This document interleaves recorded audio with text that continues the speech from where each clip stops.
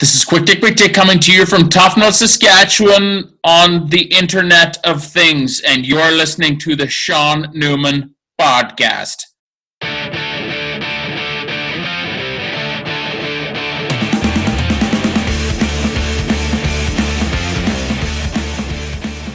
Welcome to the Sean Newman Podcast. Tonight I'm joined by Mr. Quick Dick, McDick.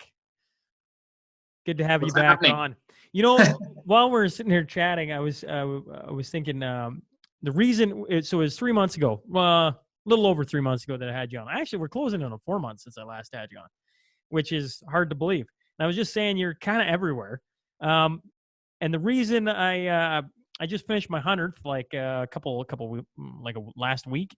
Hey, congrats, man! Good for you. Appreciate that. Yeah, it was a nice little cherry on the top for me, I guess. It was a nice accomplishment. Well, what I did was after the 100th, I went, well, I wonder who was the most popular. So I fucking put it in a spreadsheet, clicked sort, and who pops right up to the very top but Mr. Quick Dick himself. Oh my goodness, hey? I can't argue with what the people want. So I was like, fuck it, let's bring him back on. Well, I appreciate the opportunity, man. Yeah, there's starting to be a lot of people doing podcasts. Well, actually, no, that's not right. Apparently, there's always been lots of people doing podcasts. I just don't pay attention to podcasts, I guess. I'm one of the worst people to be on like YouTube and podcasts and stuff because I don't pay attention to them. Would you believe that? If I find myself with a listening moment, I always like to put on, some Canadian country and just kind of tap a finger on the wheel and sing at the top of my lungs like nobody's watching. Well, you first off, to address the podcasting, there is way too many. Like there's so many good ones. That's the thing, right? Like, absolutely, there is that, and it's funny you say that because that is one thing. Like you kind of opened up maybe my podcast world a little bit. I still don't get in on a lot of podcasts, but ever since that was the first podcast I'd ever been on is when we did that one in April, and you start looking for stuff a little bit, and then when you find it, you're like, oh damn, like that's actually not bad listening to these guys, so it's been good. It gives the throat a little break from the singing. Sometimes it's nice but you need a long straight stretch with the GPS working where you don't have to concentrate, you know what I mean? So you just let your mind be mush a little bit. I had to laugh. You put out it was a Cord Lund song. What was it? Old man? No, Old Man, yeah. Old Man, and you're like, oh, this was a great tune. I'm like, I don't like Cord Lund. I don't think I've heard that song. Put it on. I'm like, fuck, that's pretty good. Right now, somebody stopped this and is like, oh, we better find out what the hell they're talking about. It's a good little tune.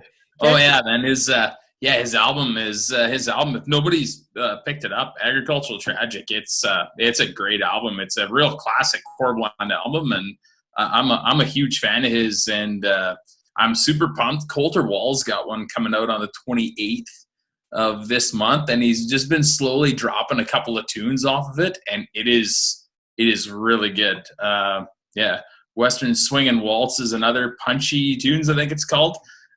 Super pumped for it. And it's the timing is right because Corb's kind of dropped right when haying was rolling, and now Coulter's is going to drop right when a guy's getting into harvest. It's like they planned it or something to be the best season on equipment ever. You know what I mean? So what the hell is Quick Dick doing? He's just jamming out to the latest songs. Yeah. Does he know he's on the neighbor's field right now? I don't think he cares. Yeah. Coulter Wall. So I it must have been probably 2 years ago now. Like it's been a little bit. When I first got introduced to him, I was out north of North Battleford, out on a plant there with the Serafina boys, and they said, "Oh, have you heard of Coulter Wall?" No idea who this is, but sure, I'll give it a listen. And when you first see him, like when you hear him, you're like, oh yeah, that's like a super cool voice. When you see him and then he starts singing, it's like your brain what? Doesn't want to work. It's like, I know, what? Right?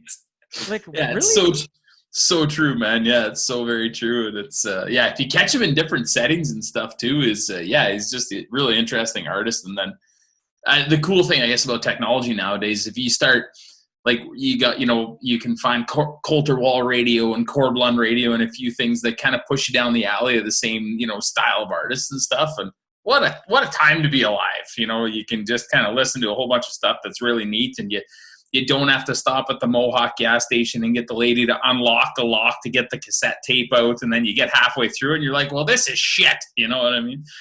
Well, now I got to look. I got to pull it up because I was talking with I had Braden Holtby on like a week ago, and he took me down a road, and now I can't remember what the guy's name was. Childers, Tyler Childers. Childers. Frig, man, he's good too. I know we could sit and talk music for a long time, but there's something about a good song, right? Like you get going down a rabbit hole on YouTube. I listen to music with the kids all the time, and you can only take so much Frozen 2, and then you decide, maybe I'll give you guys a little bit of culture here and give them, Coulter Wall hits the bathtub time a lot, and they probably think Dad's a little bit wacko when he gets that going, but like he's got a great sound to him. And then Tyler Childers, Holby got talking to me about him, and I was like, I wonder who that is. And then listen to him, and he's got a great voice. Like there's so many of them. If you go down that road, they're just like. Yeah, there really is. Yeah, it's Childers really good voice, and there's him and Coulter do a duet called Line that's actually really good. Really good. Yeah, and it's like I like that style of country music, and it just keeps it kind of fresh. And like nothing against a lot of the new age country that's out there, the pop country and stuff like that. But I mean, if I was given the choice to listen to Florida Georgia Line or to stab myself in the ears with a hot soldering iron, I'd probably take the soldering iron, you know what I mean? But that is a true testament to how tired you're getting throughout the course of the day, like on the Haybine or the Baylor. If you find yourself accidentally humming along to a Luke Bryan song, you kind of want to hurl yourself out of the tractor and let yourself get rolled up in the Baylor. Just put yourself out of your misery. But if you find yourself humming along to guys like that, then you're just like, either I need another coffee or I just need to shut her down for the day kind of thing, right? So, yeah. I used to, when I was tree planting years and years and years ago, no, this is going to date me. We had tree to wear. Tree planting, hey? Yeah. Right. Hey, I tell you what, have you ever tree planted quick? I've planted a few trees, but I mean, usually they're just the little poplar bastards that you're kind of trying to put around your yard. But I mean, I have heard it's hard work. I like to grind the gears of tree planters a little bit because they're kind of branded with the hippie stuff a little bit, right? Oh, 100%. So how long was your hair and how much dope did you smoke? My hair was pretty long. No dope. I drank my fair share of beer. Yeah, fair enough. I've always been a beer guy too. Here's a funny thing. This is 2006. So this is 14 years ago. We're out tree planting in the middle of nowhere, right? Like, I mean, you're out in the middle of nowhere. Had to wear hard hats. I shit you not. And I remember thinking, like, this is the most absurd thing I've ever heard of in my life. What am I going to do? Fall trip and what? Like, and scratch my head? Like, anyway. That's always kind of been my funnier thing, even when you're talking about guys that are working, up in the derrick of a rig and stuff like that. Well, what specifically is it that's going to fall on your head from that high kind of thing, or whatever, I guess. Safety guys, Who was the Canadian guy who had the show, who went around and did all the odd jobs? It was Odd Jobs, wasn't it? Oh, no, those Dirty Jobs. That Dirty was Mike Jobs. Rowe, isn't it? Yeah. So if McDick ever gets his own show, I would like to see you go tree planting for a week. I tell you what, tree planting is after I did it for one summer, I swore I'd never do it again. Met the most interesting, cool people, maybe ever. I guess you probably would, yeah. But I had nightmares. I'd wake up in the middle of the night and I'd be doing the motion of tree planting. It was awful. It was awful. Never again. But it really cool. Once the mind gets set into something like that, it's a hard thing. Actually, I worked on a custom haying crew, back when I was 14, and I'd wake up in the middle of the night and panic and think I was actually dumping a bale and going to keep going again kind of thing. But it's funny how your mind gets set into what you're doing, and then when you wake up, you think that's what you're doing kind of thing. It's crazy. Yeah, I think I had, it was like week 3 or 4. I just finally, I'd had enough. And I just decided to go to an all-out bender. I was like, screw it. I'm going to get drunk till 4 a.m. And if I got a tree plant hungover, slept through it. All my billet family that I lived with were all tree planters or a tree plant in their life. And I woke up so like remorseful. I missed the van to go. I'm like, happens to everybody. I'm like, everybody hates this job this much that they go drinking till 4 a.m. just so. Hey, where was this? Where were you doing this at? Ontario. Oh, in Ontario, eh?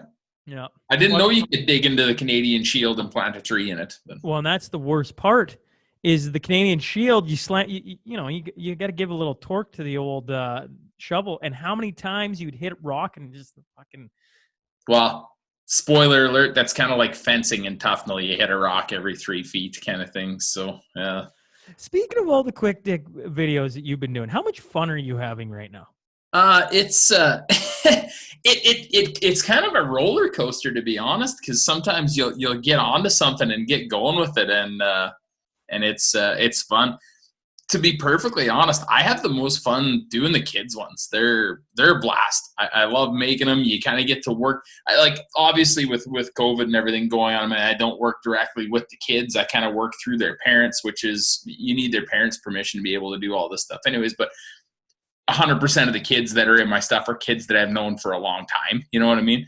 And it's super fun because they get really charged up in doing a lot of this stuff, and it's exciting for them. But yeah, then you get the odd one that you get rolling on, and some of them, flow out pretty easy. And then there's some of them where you're like, man, it's Monday's getting close. It's Saturday and you haven't even started working on one yet. And you're like, shit, I got to get this done. And then when you kind of start to force them a little bit, it's kind of like, okay, I'm not really having a lot of fun with this one right now.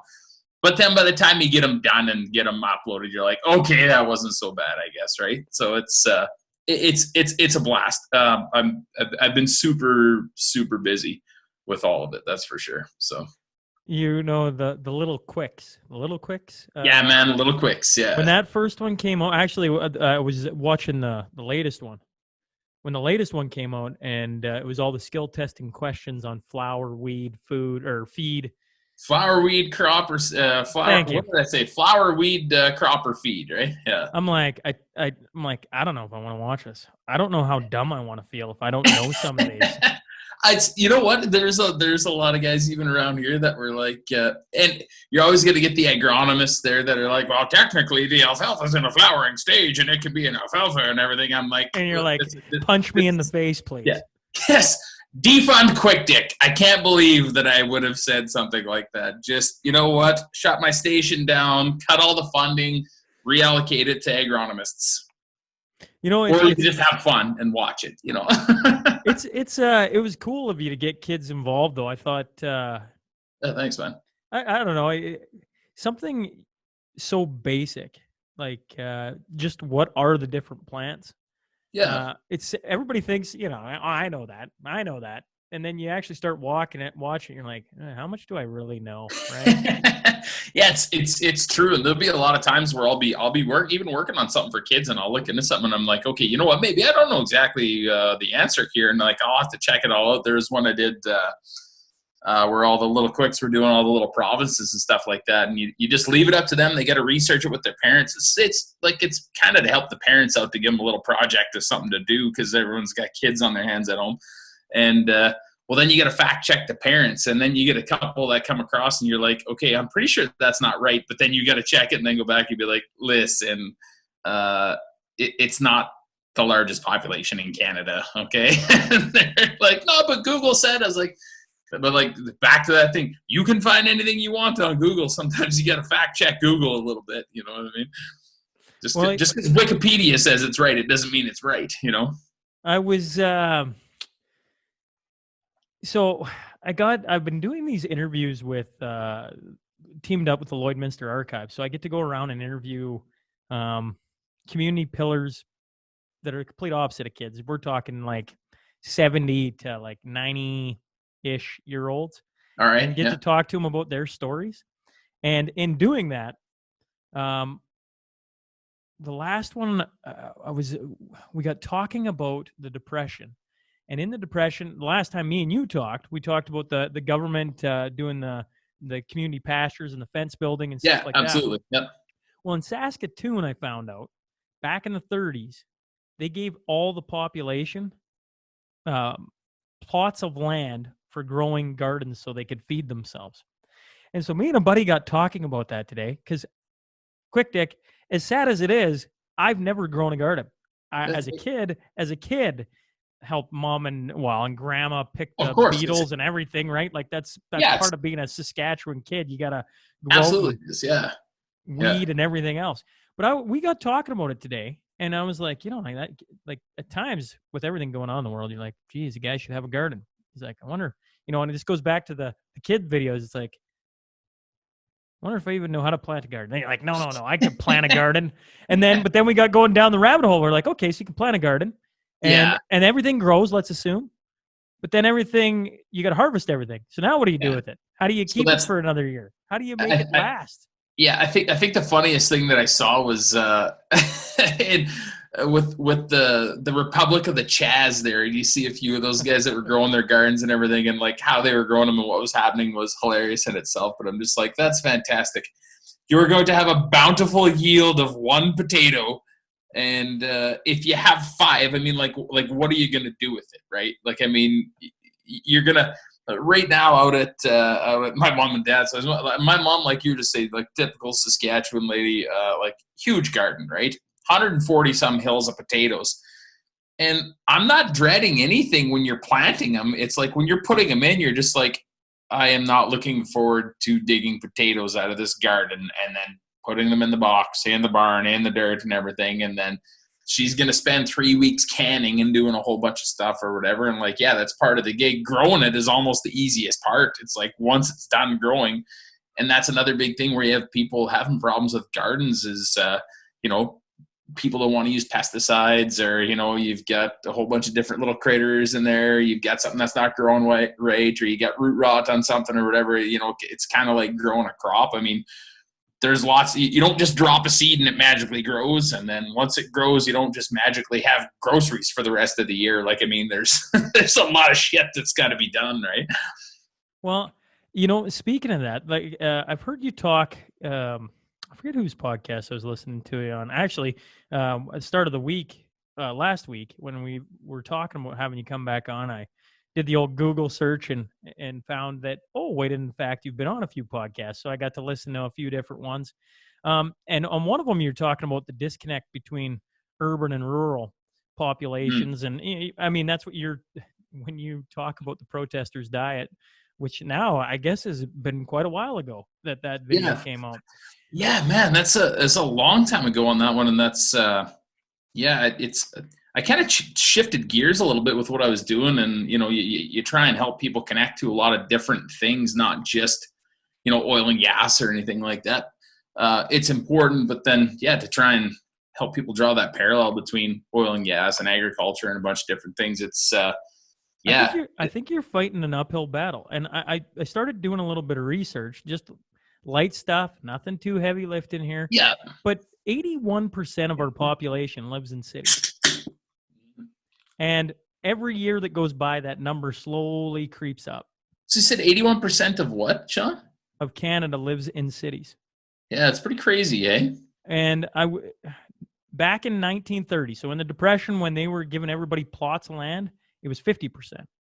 So 50% of the population lived, in a rural setting and, probably grew their own crop, like talking to all these older generation, they all had milk cows and they had the chickens and the ducks, and they all said the same thing. You never had to worry about starving because all your food was around you. Well, now you look and you go, well, I'm case in point. I mean, I grew up on a farm, but now I live in the city and I don't even know how to grow a bloody garden. I mean, I'm sure I could figure it out, but the first couple of years is going to be pretty rough there quick. Yeah, it's true, and that's where there's a lot of disconnect between what goes on. But Stu McNish was a guy that I was talking with. He actually came right out to the field and interviewed me there. Excuse me, but a big part of the conversation what we were having there was there used to be a lot of rural families, and there'd be a farm was a section of land kind of thing, right? That's right. And you had the equipment and the resources and your two boys at home or girls at home, the equal opportunity. Don't hate me, everyone out there. Fuck you. Defund quick dig. So they and like that was it. Like that's where you worked and you milked a cow. When we were kids, I mean, there was a milk cow in the barn. There was chickens and everything. And even that we don't really have anymore, kind of thing. But that's what happens. Is like farming is becoming mechanized, but it's just for the simple fact that I mean it's a baseline commodity price is the problem, and you just need more and more and more and more land to be able to afford the equipment to be able to do what you're doing. It's kind of a relentless circle.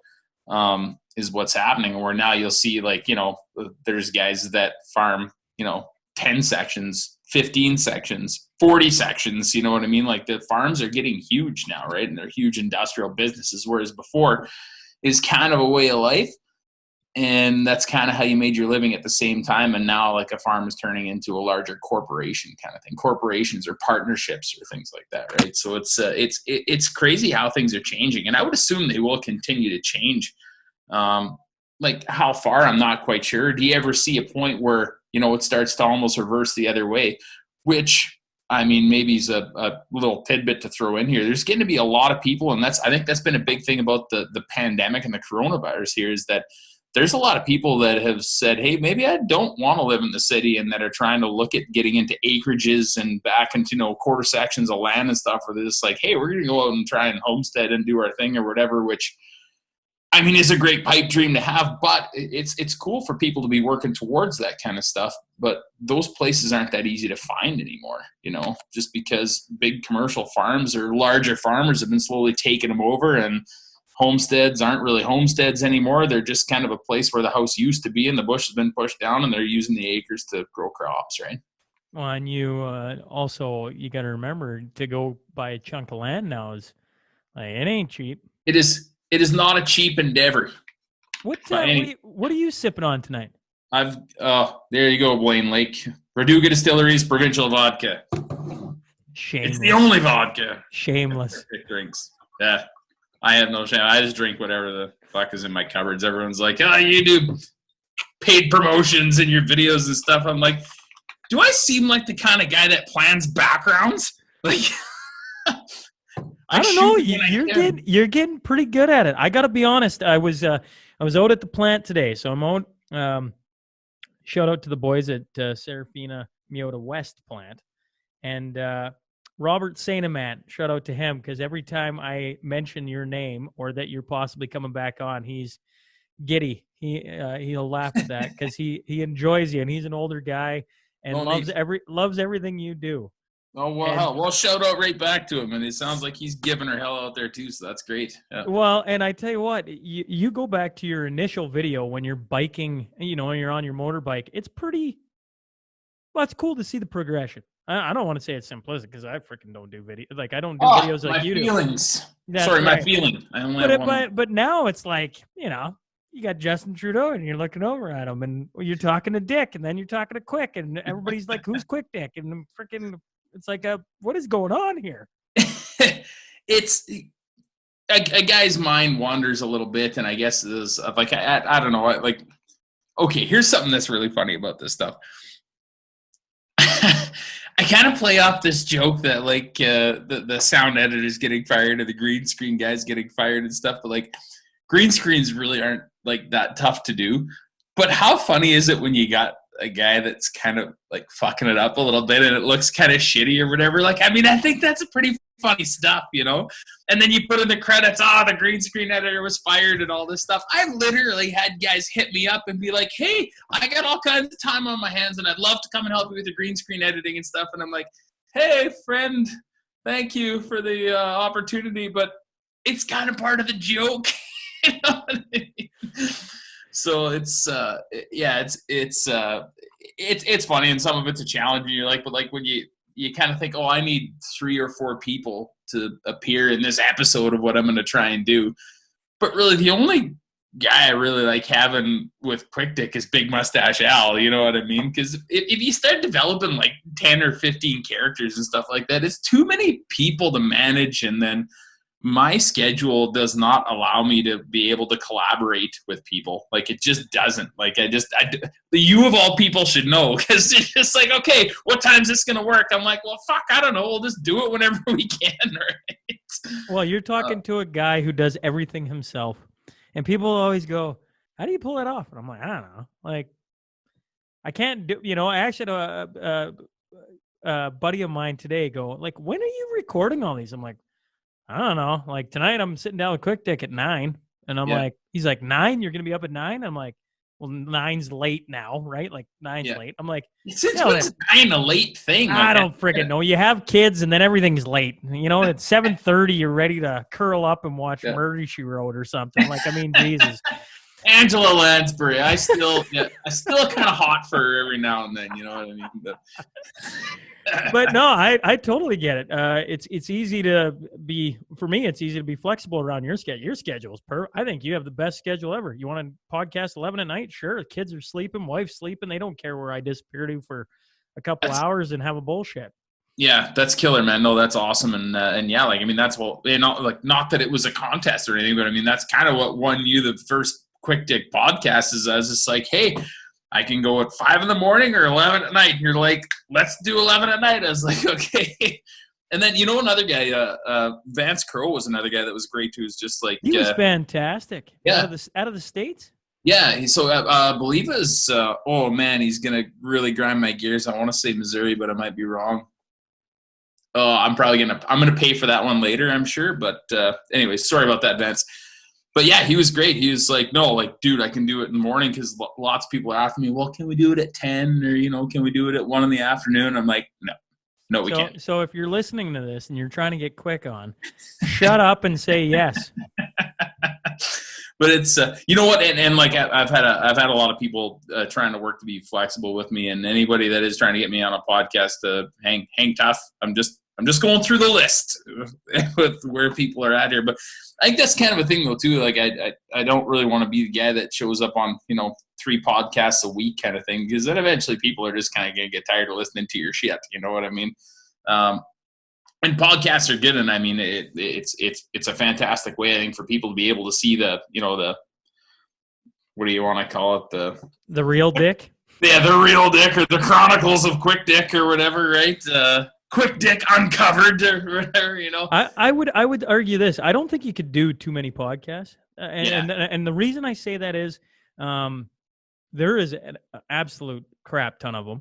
And speaking from a guy who loves listening to podcasts, if all of a sudden you showed up on Joe Rogan, the guy I listen to the most, I would gladly click on that good old Saskatchewan boy on the big show, right? That'd be awesome. Yeah. But like most, you know, Vance Crowe, I would have never, ever heard of him, except for your name came up. I'd search it and I go, oh, that's pretty cool, right? Yeah. Like he's got some cool podcasts. I actually wound up getting in touch with him. He was going to do a seminar at the Alberta Beef Growers Association, and just he kind of found me, and he'd found it. The Protester Diets video. That one was really the career starter there, I guess. I tell you, here's a funny thing. You want a funny thing? This morning, we're sitting around at the office, okay? And we so in the COVID with Baker, we've kind of downsized and switched things around. So you're sitting around 2 meters apart. That's right. Actually, yes, that's right. Correct. So anyways, there's this TV that got moved to our office. And so we were talking about like news and like putting it up so we could actually have some news, because we have no. And I started laughing and I said, actually, you know, honestly, when I want news, I just flick on Quick Dick, and he breaks it down way better than any news report can ever do. And I listened to today, and I was like, huh, so that's what all the shit's about. Pretty much, right? Like, I mean, you can't, you listen to CBC or these guys or that guy or this person. Yeah. It gets so muddled. You just have a nice way of breaking it down. Yeah, I appreciate that, man. The reason I kind of did that one, how it was, is just a lot of people, and like before we started this podcast, I started leafing through 300 and some comments on that video, which I like. If anyone out there is listening that is waiting for a reply back from me, don't hold your breath or you will die a horrible death. You're a real asshole. Yeah. Real asshole. And I'm sorry if I don't get back to you, but I mean, I type like this, and it shows in most of my typos in the videos. But yeah, that's a lot of people are like, oh, well, the We Charity did this and they did this, and they just it just gets to a point where it kind of doesn't fucking matter.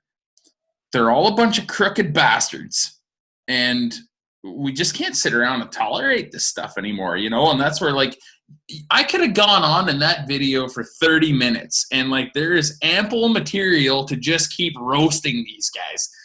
But I mean, like for what, 10 minutes is almost too long for people to just sit around and watch. And you really kind of got to lay on the humor to keep people triggered into watching it.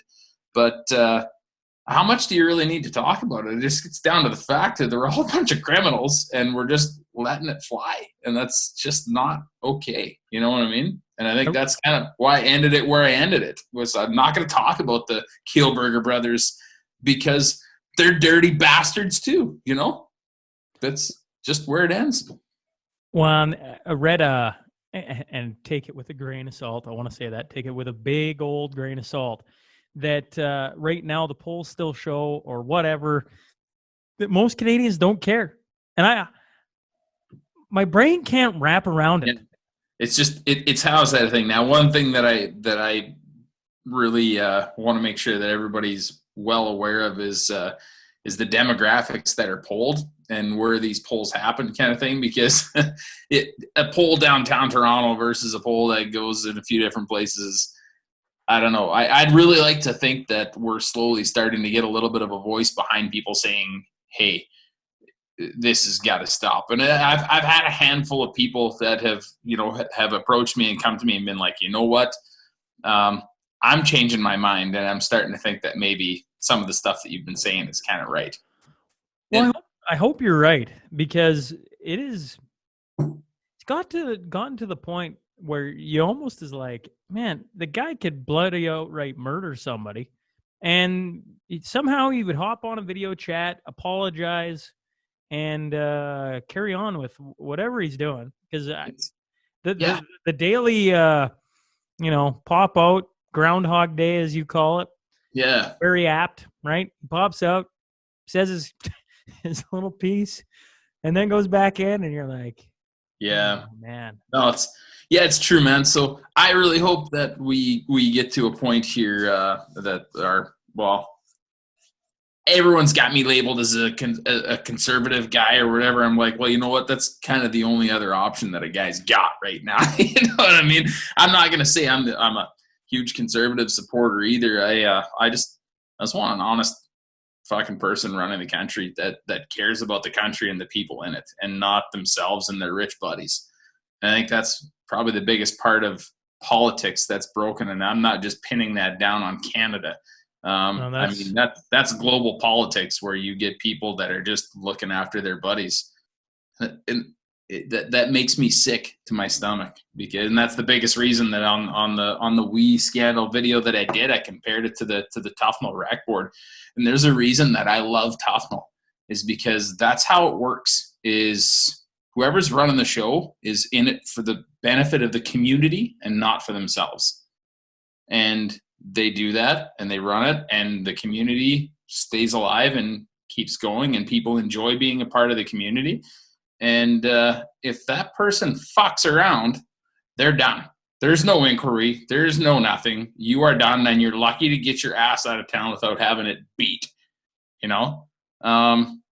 So when you have that little incentive floating behind what you're doing, there's a pretty good chance that you're going to be an honest bastard about doing what you're doing. Flip the coin around. If you know that there's going to be no consequences whatsoever for what you're up to, what's ever going to stop you from doing it? I don't know. How did our parents raise us? I knew that if I was, you know what?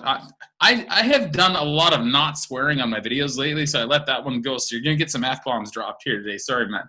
Sorry, Mom. But I knew as a... Yeah. Sorry, Mom. Sorry. Okay. I'm glad we got that out of the way. But like, as a kid, and my mother included, I knew that if I fucked around, there was going to be consequences for it. If you raise your kids knowing full well that there will be consequences for doing something that you know shouldn't be done, you're going to raise probably a pretty good human being. If you raise a kid where you just have a whole bunch of empty threats, well, I'm going to take your cell phone away if you tell me to fuck myself once more, and then you don't take the cell phone away when you get told as a parent to fuck yourself, you're blowing it. And you're going to raise a little Trudeau as well. You know what I mean? Like, you need to be held accountable. And that's just missing. And now somehow we have a guy running our country that's got that mindset. And that's just, out of anything, that's the most terrifying thing I can probably think of. No consequences. It's That is an empty, scary world. If you can be a responsible person and you know what you're doing is wrong, then you should know that there's consequences coming for it, right? And now you get all these donkeys marching around with their signs saying free the prisons, just open the prisons up and let's let them all go out into society or whatever. Like you really stop and ask yourself, hey, what kind of a dumpster fire are we headed into here? Well, that's what I think. I don't know, man. A lot of us were, you sit in the back door closed room because you don't want to speak up too loudly about it. So you just kind of sit and hang out and watch a quick dick video and carry on with your life, have a good couple chuckles. But a lot of us are like, man, like what the hell is going on here? Like you talk about common sense, right? Being raised that way. Well, that brings up the bloody load of oil going through the Panama Canal. Like nobody in their right mind would say, man, that seems like a bright idea. Like, right? That seems like a great idea. Who? Note, if you haven't watched that video, you should go watch that one because that one's hilarious. But I mean, like, let's go straight line, point A to point B. Let's get it there. We can be self-sufficient, and away we go. And we take away the outside world influencing us so much. But instead, that isn't what's happening. It's like common sense doesn't fucking matter. Yeah. And I've said this time after time after time. I sit here and I go, like, where are we really heading? When you can have that drawn on a map, you don't have to be a rocket scientist to go, this seems really ass backwards. Like, why didn't we just go this way? It's the biggest reason I did that one. So I titled it how I titled it, and I knew it wouldn't catch a lot of traction for the simple fact that it is really important how you title a lot of these things because YouTube's the second largest search engine in the world, right? But there's rules on how you title them and a bunch of stuff or whatever. Okay, so fine. And I kind of didn't care how I titled that one, but the reason I decided to do that one is that I'd caught wind of what was going on, and I was like, I knew this had been happening. It's not the first time it happened. It won't be the last time that it's going to happen, I'm sure. But I started asking a few people just locally here in our community, is like, you heard this? What's going on? Whatever. No. At first I never heard anything of it. I was like, okay, I think I know what my next video needs to be on. But I think the biggest part of that video that I really wanted people to be able to see is that the Energy East pipeline isn't something that has to be built from Edmonton to New Brunswick. There's only 1,500 kilometers of pipe that needs to be put in the ground to actually complete the existing pipe. The infrastructure that's already sitting there. Yeah, we're talking 1,500 kilometers of pipeline here on a country that has their oil field in the complete ruins right now, that is begging for work. But you know what? Let's give $9 billion to the students and then see if we can get them to volunteer. And here, you guys go clean up a well or two here, and that ought to keep you satisfied for a little while, right? Like, and then, well, you know what? We'll ship her around through the Panama Canal. How about that? Let's do that. The hoops that Irving Oil had to jump through to get the permits to get that load of oil brought all the way around to them, it's really, really fucked. You know, though, around here, have you heard of, I want to call it puck oil. I think it's called puck oil, where they ship it in like a bag concealer on a train. You know what I'm talking about? Yeah. Right? That became more lucrative than anything else at the worst of times, probably like a year ago, was shipping your oil in a bag-like container where it could be sent overseas to China. That was what? That was like 8 months ago, 9 months ago. Okay. I haven't looked into that. I haven't heard of it. I wouldn't put it past. There's so many ways that people are doing this stuff. And it's just, I'm so pro pipeline, just for the simple fact that even rewind back to last year when Quebec and parts of Ontario were having such a hard time getting, propane to be able to drag grains and stuff in there. We loaded up a bunch of semi trucks and started sending it out there and whatnot, whatever. And you're just like, the frustrating part about it is specifically the Quebec part of it being like, well, hey guys, you're the ones that didn't want a pipeline running through your neck of the woods. Could you imagine just flipping the valve open and being like, here's your propane there, boys. Have at her. Dry away. How much do you want? We'll just keep sending it to you. You know what I mean? Like that's how we make our money. You guys need it. It's a broken system. I really hope that we start heading towards something that is that's going to make Canada better and start working a little bit more together, because I'm in no way, shape, or form a Wexit kind of guy. I think Canada is a very strong country and has a lot of resources and people that can work together and do very well here. But I'll tell you what, there's they sure are making it hard to stay in that mindset right now.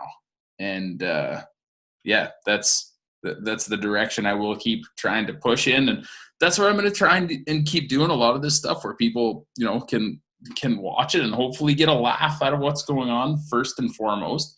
But, just maybe be able to have a look at things and be like, okay, yeah, you know what, he's kind of got a point there, something like that. A lot of the right people that I want to watch it aren't going to watch it and see it through to the end, unfortunately, is the way it's going to go. But all you can do is keep trying. And there was one comment that I saw just before I came here. But he was like, aren't you afraid? So the men in the black coats are going to come and get you if you keep putting this stuff out there. Let them come.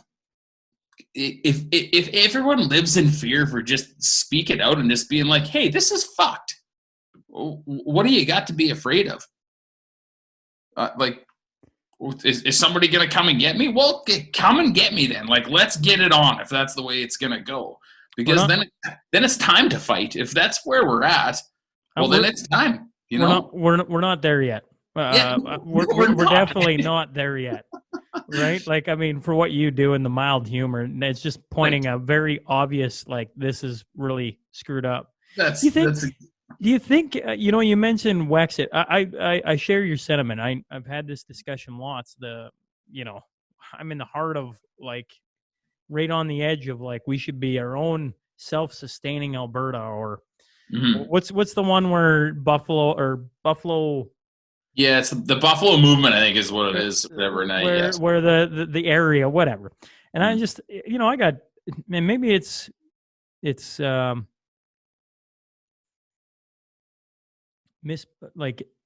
much sentiment, but I love being Canadian. I love everything we stand for.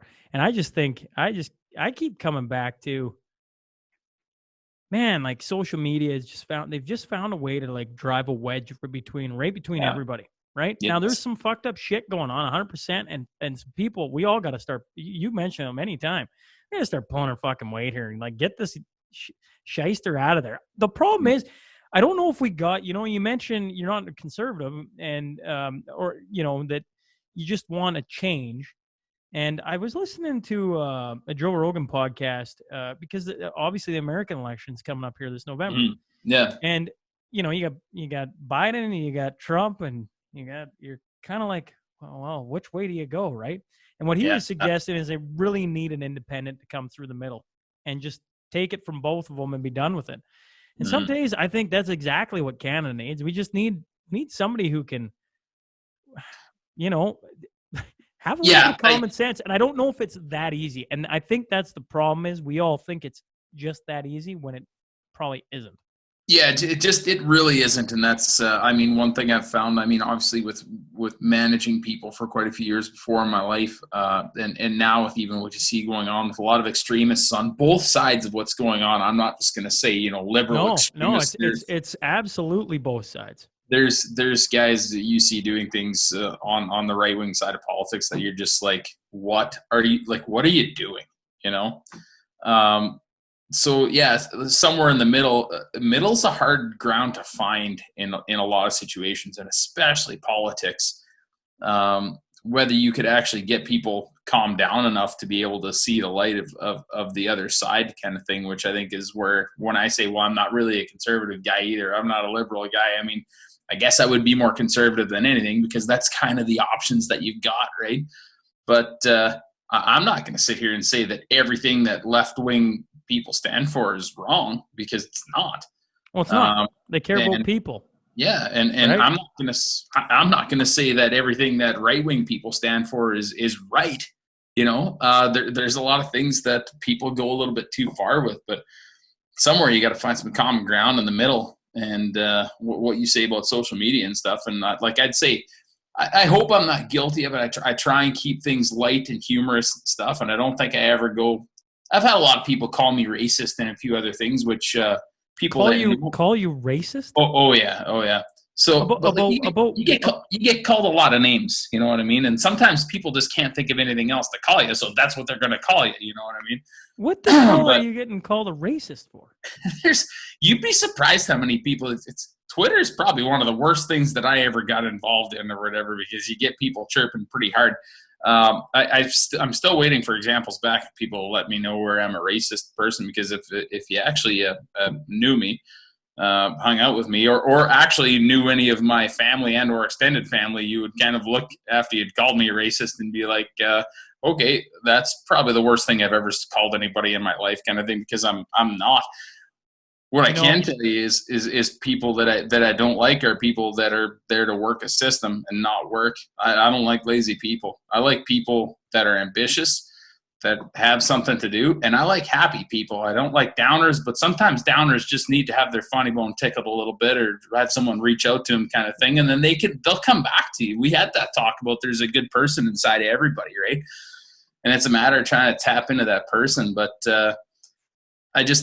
I hope that I can keep putting out content that people can kind of find relatable a little bit too. And I've had some good luck off of a few of them. The gun ban one, I had a couple of really good interactions with people over that one, being like, hey, I didn't realize that's how things were. And I'm kind of hoping that can be the same thing maybe with the Wee Scandal one that I do. And but what you said, I want to go back to that, where you said maybe it's a little too sentimental about how I love being Canadian. I don't think we can say that enough as Canadians, and it's something that nobody says enough of anymore. I'm damn proud to be Canadian, and I'm proud of how my parents raised me here. I love that this is my home, and the biggest reason that I did that Canada Day video that I did is because I was fortunate enough to see this entire country. A lot of it was due to work, and then some of it was just because I decided to go and see the rest of it. And I can't say it enough, and I will continue to work at it as long as I have some sort of a voice on social media as Quick Dick, will be that this is a very amazing country with amazing people in it. And man, I really hope we can find that middle ground somewhere, because I don't want to lose the amazing people that I know in Eastern Canada and not have them as fellow Canadians anymore, because they are what make us Canadians and Canada. And that's so important to me. I don't want to lose that part of them. And I'm talking Ontario, I'm talking Quebec. There are amazing people there. I've met them. I've stayed at their homes. I've gone to work with them. It's not all bad people. And I really, really hope that people can understand that. That's very important to me. Well, we've talked about that, because I've been across Canada and I've said, well, I think you called me out on it last time. I said one of the nicest person I ever met and was in Ontario, and then you gave me the speech you just gave me about all the people across Canada are awesome people. Mm-hmm. And once again, it goes back to a few bad. You wish the social media world, you want to know about the bad apples. Everybody wants to know about the bad apples, but bad news sells, and they rise to the top, and of course that's what gets played everywhere. So all we ever hear about the other side is the shit. I was gonna say, though, you got me off track, because I do that sometimes. Sorry about that. What I was gonna say was, I hope you enjoy what you're doing, because I thoroughly enjoy watching. I know a ton of people enjoy listening to what you do, and it'd be a real shame if that ever became where you're like, I just, some guy called me a racist. I just think I'll put it aside. And I'm not sitting here trying to imply that one guy doing that can ever shut you down, but please don't let it, because I think that's utter bullshit. It's probably some guy who listened to 2 words and then, or hell, who knows, a bot for all I freaking know. People Yeah. just love trying to get a rise out of people. Yeah. And what you do is, man, there's been some days where I've hopped on. I don't love having my phone on me. I honestly hate social media. I don't love it. I am so with you on that. Here's both of us putting stuff out on the social media. I know. They're like, I hate social media. But here's the thing: it's the only way to do it, right? Like I want people to find what I'm doing. So you got to play the game, and the game is right now you play the social media game, which means, and I watch you do it. You're so good at it, and your short little videos on Twitter. And I suggest if you have not found them, you go find them, because I've had the Monday morning, afternoon where all of a sudden a quick dick video comes on and just like, hey, you're awesome. We'll carry on, and I'm like, yeah, fucking guy. That shit's awesome. Speaking of which, I really appreciate that. Yeah. The shit. Let's talk about shit. Okay. That one kind of caught me off guard. Yeah, it caught a lot of people off guard, man. Yeah. And I got to give credit to Robert Cineman for pointing it out to me, because I don't know how the hell I missed it. And I was like, talking about shit. YouTube probably unsubscribed you. It's been happening all the time. For a second there, you had me going. I'm like, I don't think so. Actually, that legit has happened. If anyone out there is watching, check if you're still subscribed. If you do subscribe, I really don't give a shit how many subscribers I've got. If you watch, if someone shares it with you, I don't watch any of that shit. But I've had like a horrendously large amount of people message me, be like, I was magically unsubscribed from your channel. And I was like, okay, well, I didn't unsubscribe you, so just hit the button again and do your thing or whatever. Anyways, moving on. So where did talking shit come from? So it's okay. Here's what's going on: is my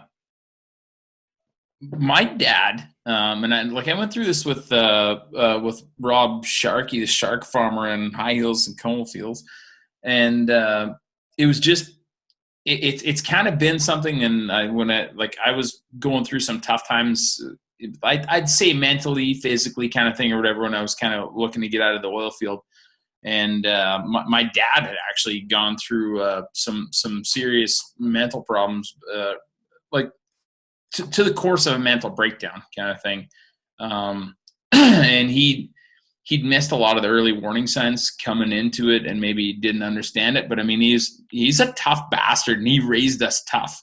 And I worship the ground he walks on it every day, because he raised us that way. And I can't say enough good things about him. But you were always raised as a cowboy. You don't say shit if your mouth's full of it. If you're crying, I'll give you a reason to cry. Like we've all heard this before. Anyways, fast forward, into his 40s, and he had a lot of stress, and it was a very stressful job that he was working, and there's a lot of things going bad. Anyways, he wound up getting some help and got himself right. And thank goodness for my mother, who was there as his pillar, and she helped him through it. And he was a tough enough guy to be able to talk to us boys later in his life about what he'd gone through, and the warning signs coming up to it, and what he'd missed, and how he wished that he would have talked a little bit more about stuff. And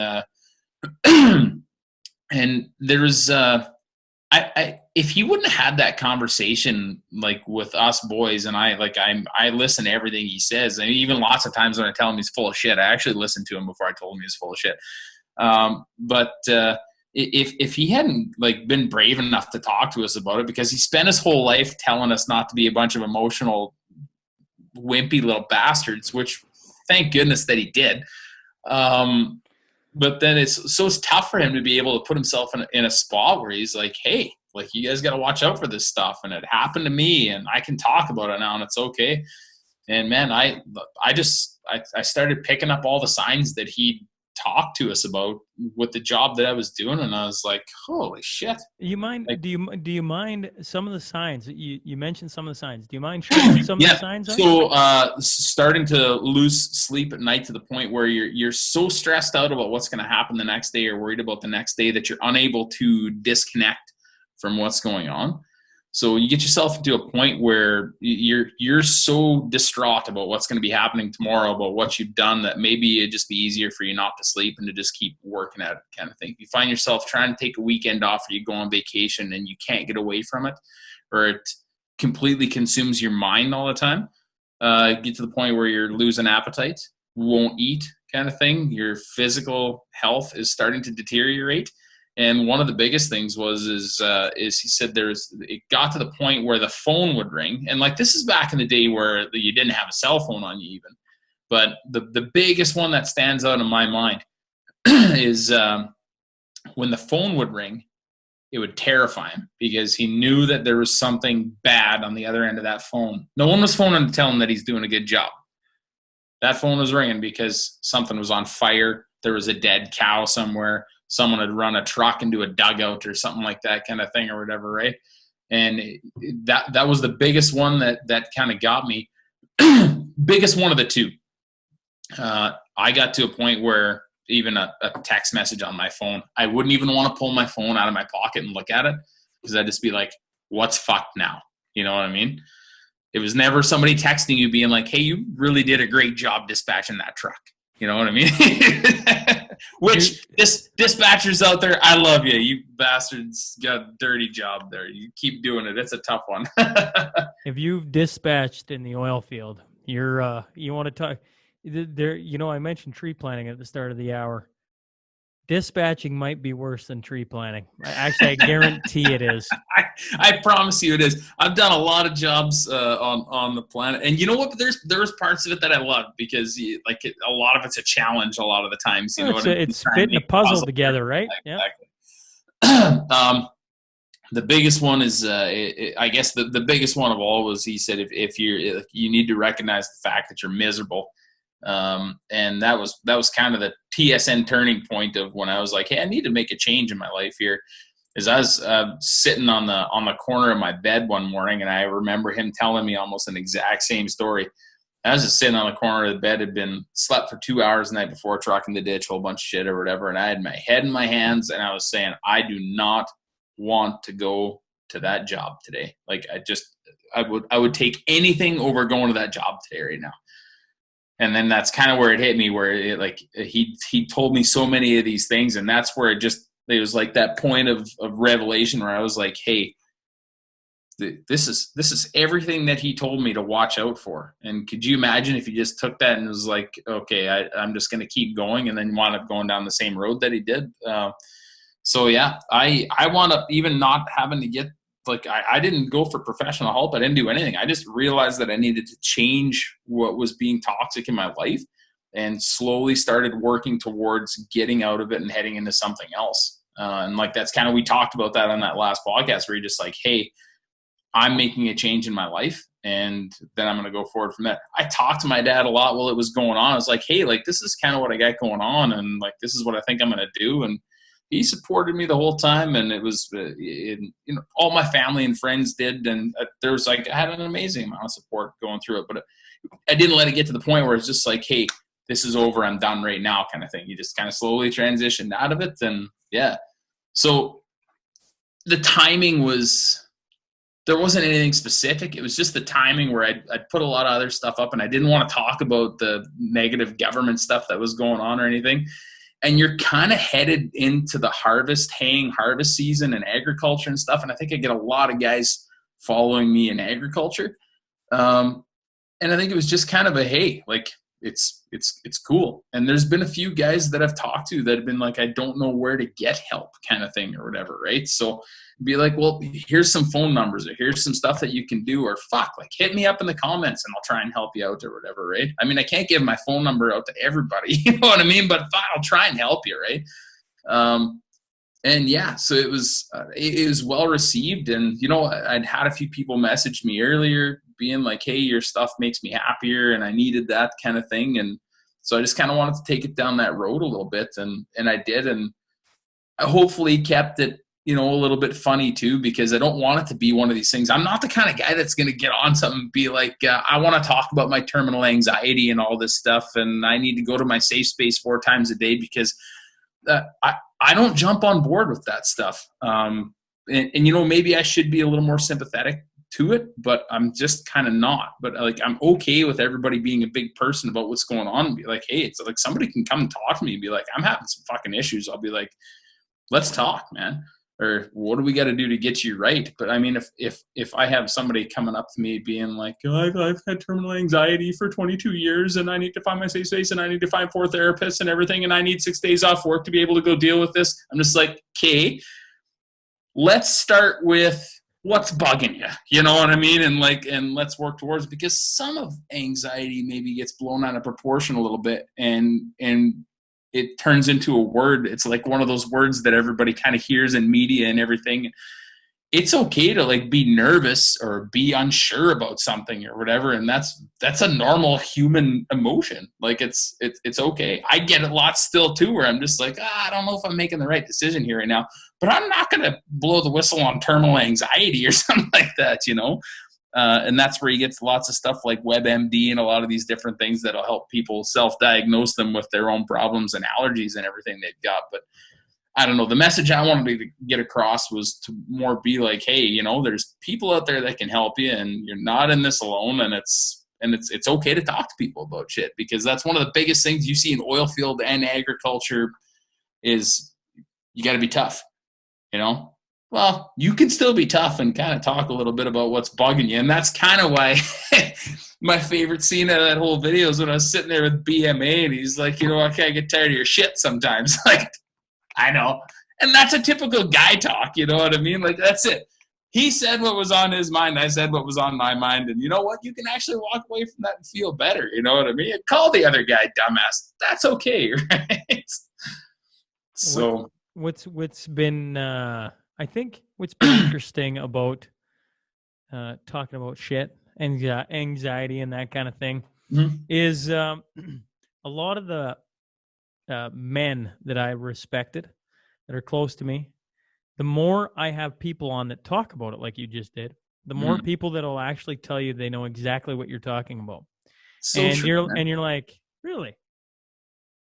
I would, you know, like I just it's pretty cool. I always think of your story, and I think it's a leap of faith to walk away from something. Change is never easy. And so for what you did, and I'm probably saying it verbatim what I said last time, but when I think of your story and just like, you know, making the plan, getting out, going back to the farm and walking away from something you put a lot of time and effort into, is a real leap of faith. And maybe to you, it didn't feel like it, but I think, you know, most people that's a tough thing to be like, no, I'm getting out of this. You know, it's something you've done for a long time and, you know, and you just can't see what's on the other side of the fence. And a lot of people get stuck in that. And it's good to talk. It's really, really, really healthy to talk to people. Yeah, to get out of your own head and get your thoughts. Because you can get on the old mouse, the wheel, the hamster wheel, just rolling. And if you can just spit out some of that, and you got somebody you can talk to, like it's a healthy thing.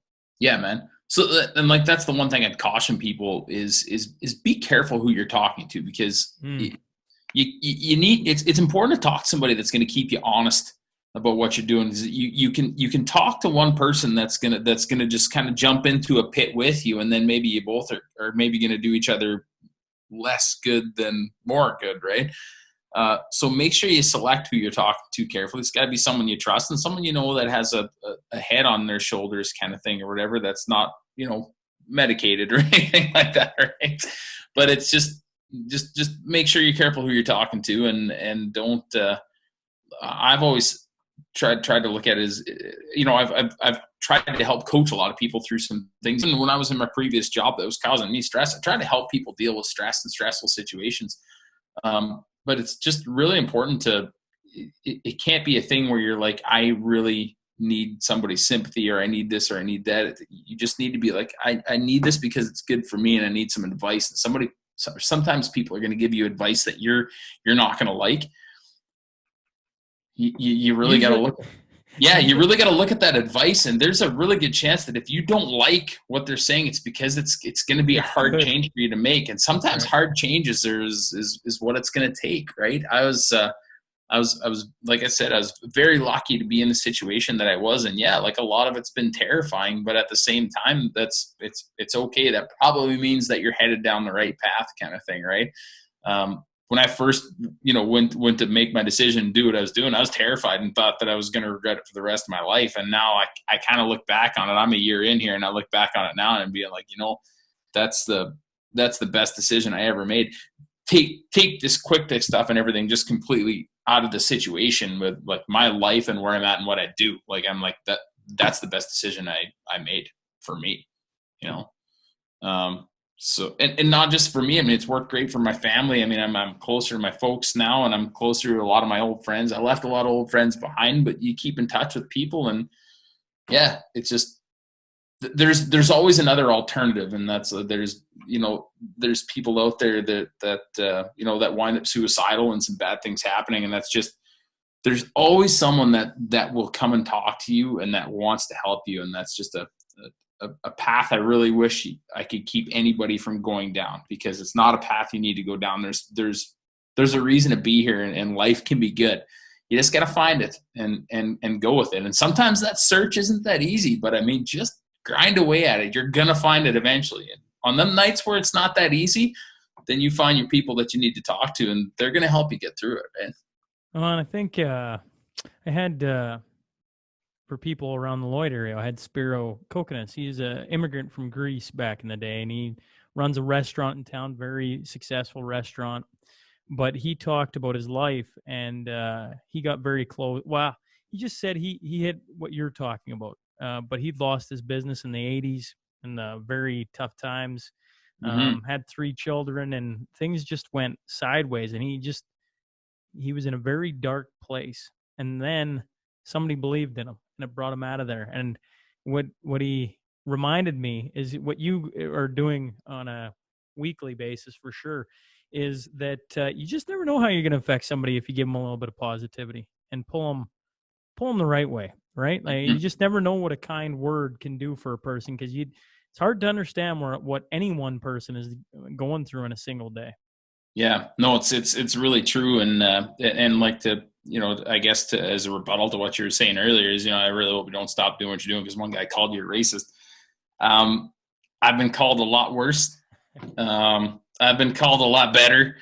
It really kind of doesn't affect me. And I think, and I'd say people will probably notice that I gravitate in my comment section maybe towards people that are being negative a lot more than people that are being positive, because it's the negative ones that need my attention, to be perfectly honest. The people that are happy watching what I do, I try and get back to you, but like, it's just, I'm glad that you're happy. There's been a couple situations where there's one guy that was, he it just happened recently. He's kind of a troll that follows me on Twitter and some stuff. And he just kind of slipped up, and I don't bark back at people very, very often at all whatsoever. I just try and find kindness within them. And this guy had just unintentionally made a joke about me not being an expert in a field and being a farmer. And, man, I usually don't message back to any of this stuff, but I hit him back, and I was like, do you realize if you had capitalized the word "this," you would have just made the funniest farmer not being an expert in the field joke ever? I was like, dude, we're gaining ground here. You're starting to turn into a funny guy. And he hits me back, and he's like, I'll admit it was pretty funny. And I was like, whoa! Like, I was so happy, because he got through to one person that just wants to be a miserable prick, but he just can't help but be funny. And I was like, yes! Like, if you can get 1 or 2 of those, a month, I'm happy with that. You just break through to those people and just let them know it's just okay to laugh, right? I like that, right?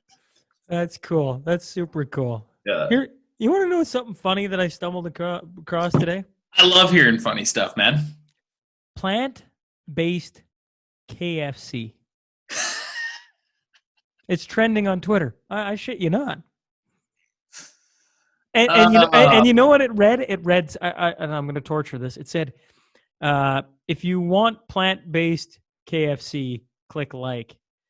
But if we need plant-based KFC, click retweet. And it was KFC that put it out or whatever. And I was like, I don't even know what that looks like. I would direct everybody towards Robert's Sake. Actually, he's fantastic in dealing with methane versus CO2 and everything, and this whole culture of animals are going to be the death of the planet and everything. If you can find him on Twitter, he's on YouTube quite a bit there too. I'll actually, maybe if you're throwing this on YouTube, I'll try and get you the link so you can maybe throw it in the comment section. But the guy's a genius, and with how he speaks with everything, he's really good. But this whole I really get frustrated with a lot of these different ideologies of farming is going to kill the world, and then animals are going to kill the world, and what does everybody want to live off of? Like, it's just you can't eat tree bark, you know? But that's why I bring up the population thing, that 81% live in a city. There's, Lloyd is not a giant city, right? Yeah. Lloyd just is not a giant city. Well, Saskatoon is not a giant city, but Toronto is a giant city. New York City is a giant city. And when you get majority of the population living there, and they have no bloody clue. Like, they got no bloody clue about how things are. I do shop local. I go down to the grocery store. That's right. I know you do. And please, I get my beef from down there. The beef is there, right? No, we don't do anything harmful to the cows. We like, it's like, well, do you really know how that works, right? Like, and that's what. When you think back in the day, 50% of the population used to have to. And it was probably more than that. 50% didn't live in a city, but back then it wasn't the same way, it is even today. Well, hell, you look at milk. We were talking about milk in Lloyd back in the 50s, I think. And there used to be milk cows on the edge of Lloyd. They'd milk them and then walk the milk into town and sell the milk. Well, where do you get, like, think about milk now, right? Like, straight up. My kids aren't going to have a bloody clue where milk comes from. It comes from the store. Even talking milk, like, I mean, you know what would happen to half the population right now if somebody tried to drink unpasteurized milk? Oh. It would be worse than COVID. We would have one hell of an outbreak on our hands. You want a funny God, I love the archive interviews are hilarious because I'm not saying every old person is a wealth of knowledge, but they give me one gem, always one gem.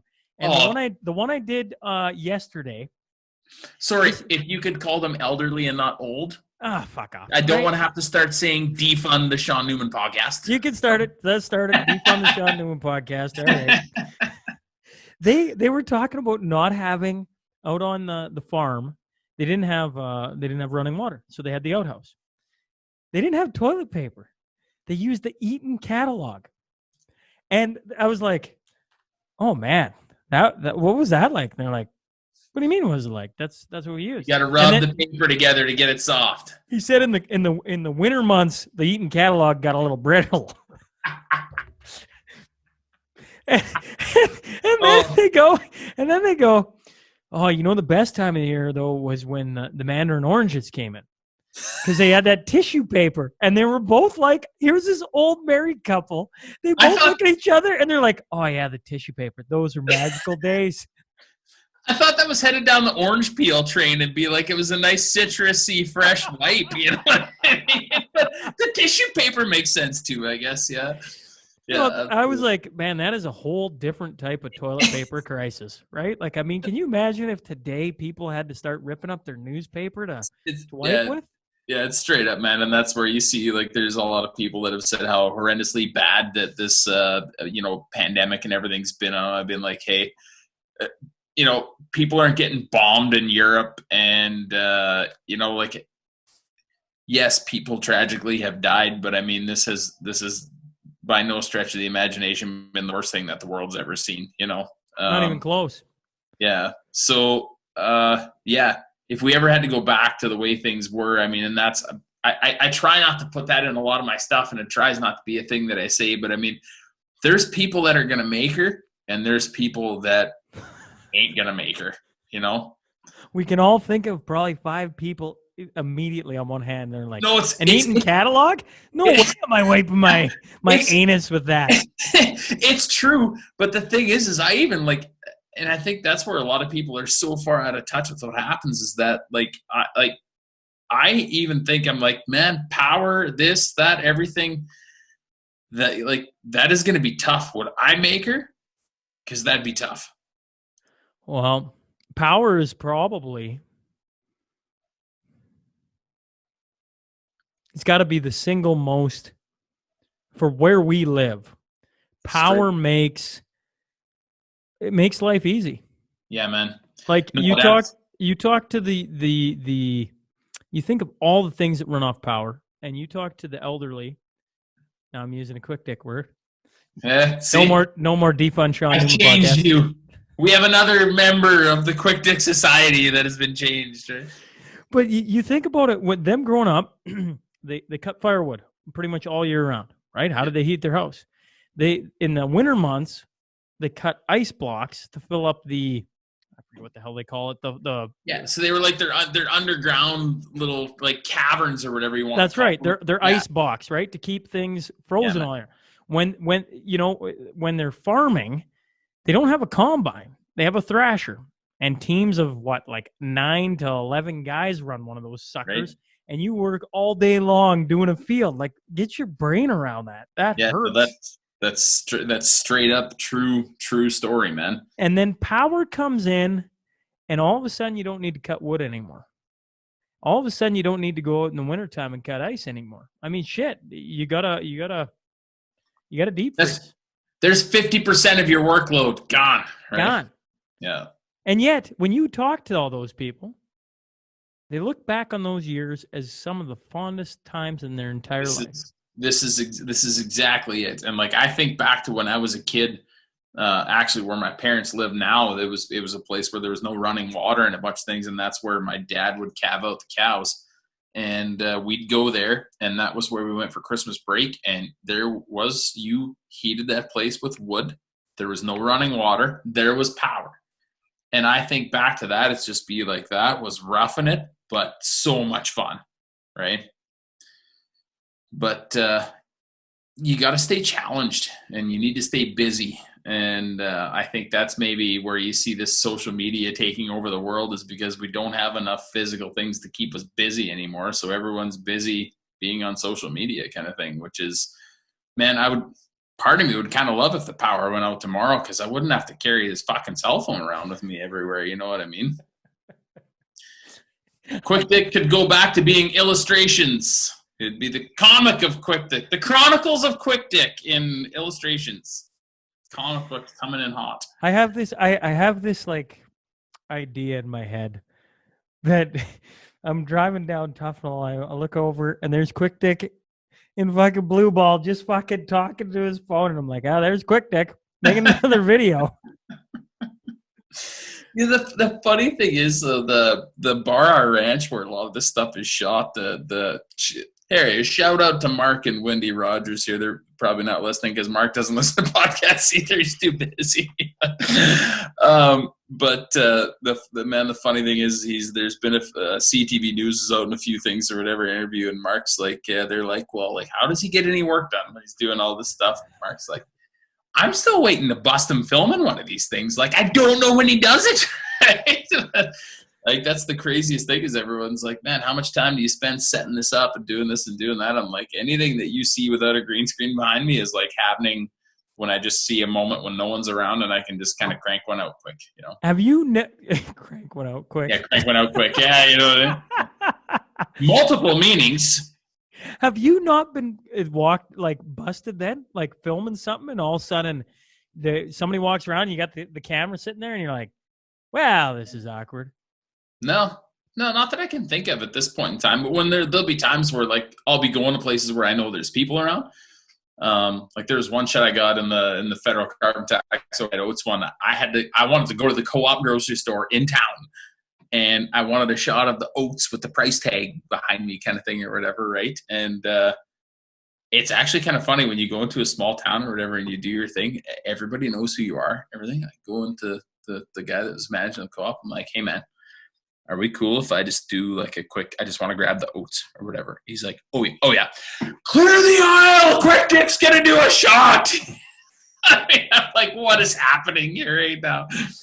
Quiet on the set! You know? But most of the stuff I do, I just like, if there's going to be something awkward where people are clearly going to see that, their property or something is in one of the clips or whatever, I'll be like, hey, I'll get the permission and make sure it's okay or whatever. But there's a lot of people that I know are just perfectly fine with whatever. And so I'll just go and do it. And like 9 out of 10 times when you see me doing stuff in Tufnell or any of those, there's a reason that most of it's like later in the day or closer to nighttime, because then nobody's kicking around. Because you do get people floating around that if they know you're kicking around and trying to take a shot there, they're just kind of conveniently with their hands in their pockets hanging around in the background kind of thing or whatever. Just be like, yeah, hey, yeah. You know what I mean? Like just trying to get in on it, which is fun, but it's we should get a quick dick stalker, somebody who just follows you around just to wait, right? Spoiler alert, I think I already do have a few stalkers there. Man, you really got to watch some comment sections. But it's kind of funny, though, too. You get a lot of things where you'll just, like, you'll go to, somebody's birthday party or something like that kind of thing. And everyone will be like, oh, quick dicks here. You're going to get pictures and tag you and hashtag and do this and that. And then the one is like, there's going to be some really great filming opportunities here tonight for you to do your thing. And I'm just like, yeah, I'm not here as quick dick tonight. I've just came to drink with my neighbors. Is that okay? But like everyone gets it right away. They're like, shit. Yeah. And then you get drunk and everything's all good. You know what I mean? But it's, it's funny. Small town Saskatchewan's funny and I love it for being funny. I'm going to try and do one here Thursday on small town Saskatchewan, but, Hockeyville, Kraft Hockeyville, Pence, Saskatchewan, everybody get voting. They're going to be voting on Friday, right? I believe is when this goes down. I believe you're correct. Yeah. There's 33 hours where you can vote for the one town west of Quebec. I was just going to say, Kraft Hockeyville. When they put it up on the bloody map, I'm like, really? Really? Yeah. So I know you got a big, sports following there. Right? Oh, 100%. Yeah. Well, so Friday, so everybody's like, make sure we vote because it is true. On the map of Hockeyville, it's Pence, Saskatchewan versus the East. That's all people need to know. That's exactly what it is. And you know what I think the good thing is that there is nothing west of Quebec.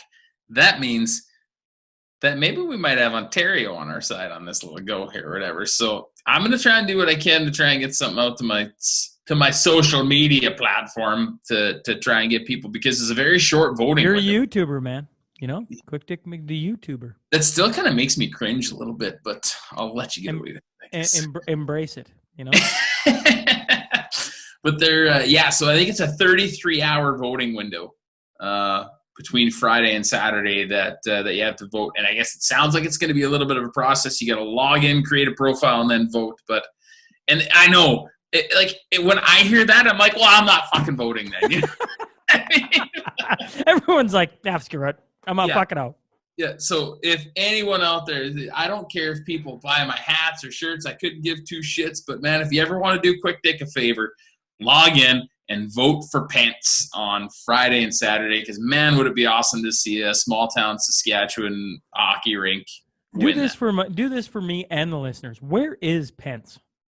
So it's just outside of Regina. So it's on the number 1 highway. Okay. So if you go west of Regina on the number 1, I mean, you basically don't blank, but I mean, Pence is just what I think it'd be not even 30 kilometers outside of Regina that way. Have you been through Pence, huh? You know what? We've probably all been through Pence. And who am I kidding? I'm not going to say that I've been through the town of Pence, but I have gone by the Pence 1 sign on the highway. That means you've been through Pence.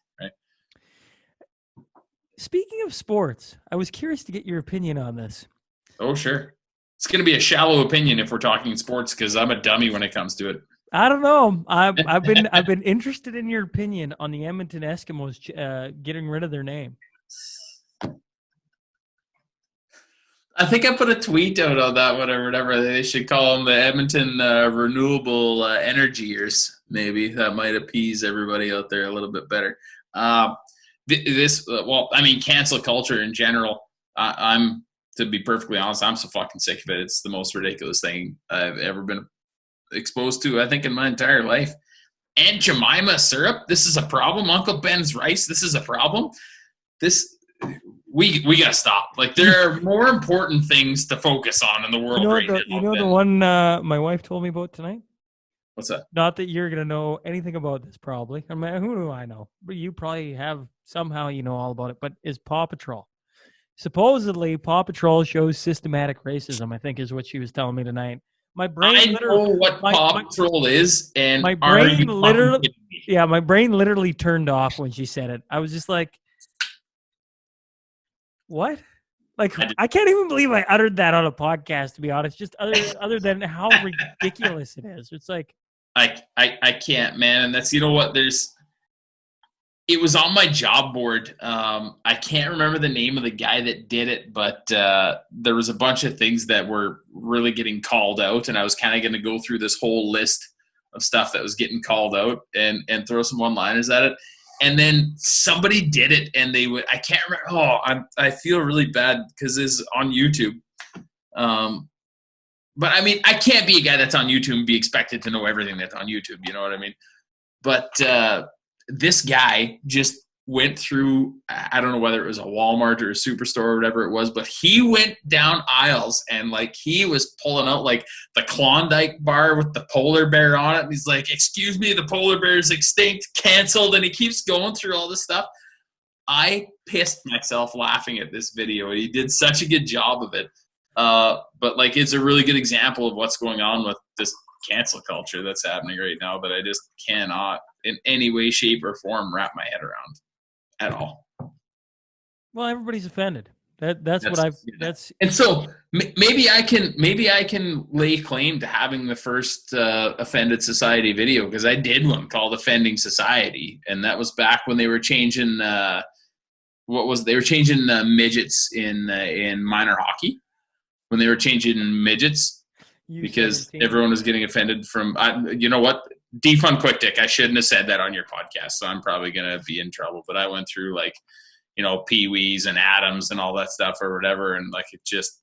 I still wonder. I played Tom Thumb hockey, which is a Saskatchewan small town Saskatchewan. I don't even know. Tom Thumb. Did you guys talk to Tom or his thumb before? Yeah, I don't know. That's right. I don't know if we did. Right? Like canceled. Actually, I don't even know what the heck. You know, I should really Google it, because what the heck does Tom Thumb even mean? I've never really thought about it. I don't know. I haven't met Tom, but I don't know. Maybe the ladies had something on his thumb there that they were interested in. I'm not quite sure how that might work. I don't know, but you know, another thing on a completely different subject, kind of is how much time do you spend literally thinking up rhymes or quick-witted endings to your videos? Because you've had a couple where I'm just like, God, is this guy like, is he rhyming in the entire time? Like, that is rather no. You know what? I'd say that's I spend the least amount of time thinking those up. I don't know why those come to me fast. And like, I did like, if you've seen some of those, like they're called short Quick Dick McDicks, which is I'm named them that for a reason, which I think is a hilarious name for something. But like, you know, the first one I think I did was a Mother's Day one, then Father's Day, then defund the police one. I'll do a few more because they're the easiest. Defund the police. That's what I'm thinking of. That was fucking hilarious. That was like, I was like, that was rather entertaining, and I'm pretty sure it rhymed the entire time. Yeah, it totally did. I like doing those ones. They're fun, and it doesn't take me much time to do them. The first one I ever really did was, and I don't know what made me come up with it, but I did I think that was the first video I ever put on YouTube where I actually had my phone turned to 16:9 so that you could get the full cinematic YouTube experience. Where I did the one called Santa Said Fuck It. And it goes through, and it's just a limerick from start to finish about Christmas time and Santa just being tired of the world, and so he says fuck it or whatever. But I don't know. I think those ones are fun. I try and keep them under a minute, and like, it doesn't take long to fill up a minute worth of rhymes kind of thing. But I don't know. I think and I've kind of throttled down a little bit on the vulgarity on my ending rhymes kind of thing, because, you know, I used to, a lot of the earlier ones didn't even rhyme. It was just like, keep your fence post and your old lady pounded kind of thing. You know what I mean? I did enjoy, though. I forget what video it was. where it plays through the credits. And I've done this before, where after the credits roll, you're like, you're still watching? Oh, well, aren't you just an avid watcher? And then you just drop a big F-bomb. Oh, that felt good. So, and it did. I might start doing a little bit more of that because I think, man, it really shows you who like is really interested in you in your video and what you're doing, because they're going to be like, well, why the fuck's there 2 minutes left at the end of this video and the credits have rolled? You know? So I did for my 100th, I had Ron McLean on. So for literally a month before that, what I did is we played a little game at the end. I just every end after I have the end of the episode, then I have this like little 10-second clip saying, "Hey, you should subscribe." Yeah. And then I play this like, well, I recorded a new one at the end of every episode saying, you know, like this is going to be today's hint for who episode 100 is. And we did that for a month. And on the analytics, I had no idea about this until like literally like a week ago, like last week, I somehow stumbled across it. You could see how many people actually paid attention till the end of the episode. I'm like, wow, that's kind of cool, right? You could see that people there was a ton of people. As soon as the end of the episode ended, you just flicked it off. But there are people like yourself or myself who go, why is there 2 minutes left? Yeah. Why is there time left here? Yeah. Did he leave blank space? What an idiot. He left blank space. And then all of a sudden you start talking, oh shit. Well, all right. Well, and then my response to that, of people being like, did he leave blank space? I'd be like, who the fuck leaves blank space? Like, doesn't make any sense, right? But the funniest thing about that is BMA. I had to set up his phone so he could watch whenever I upload and all this stuff or whatever. And I was like, did you like the ending?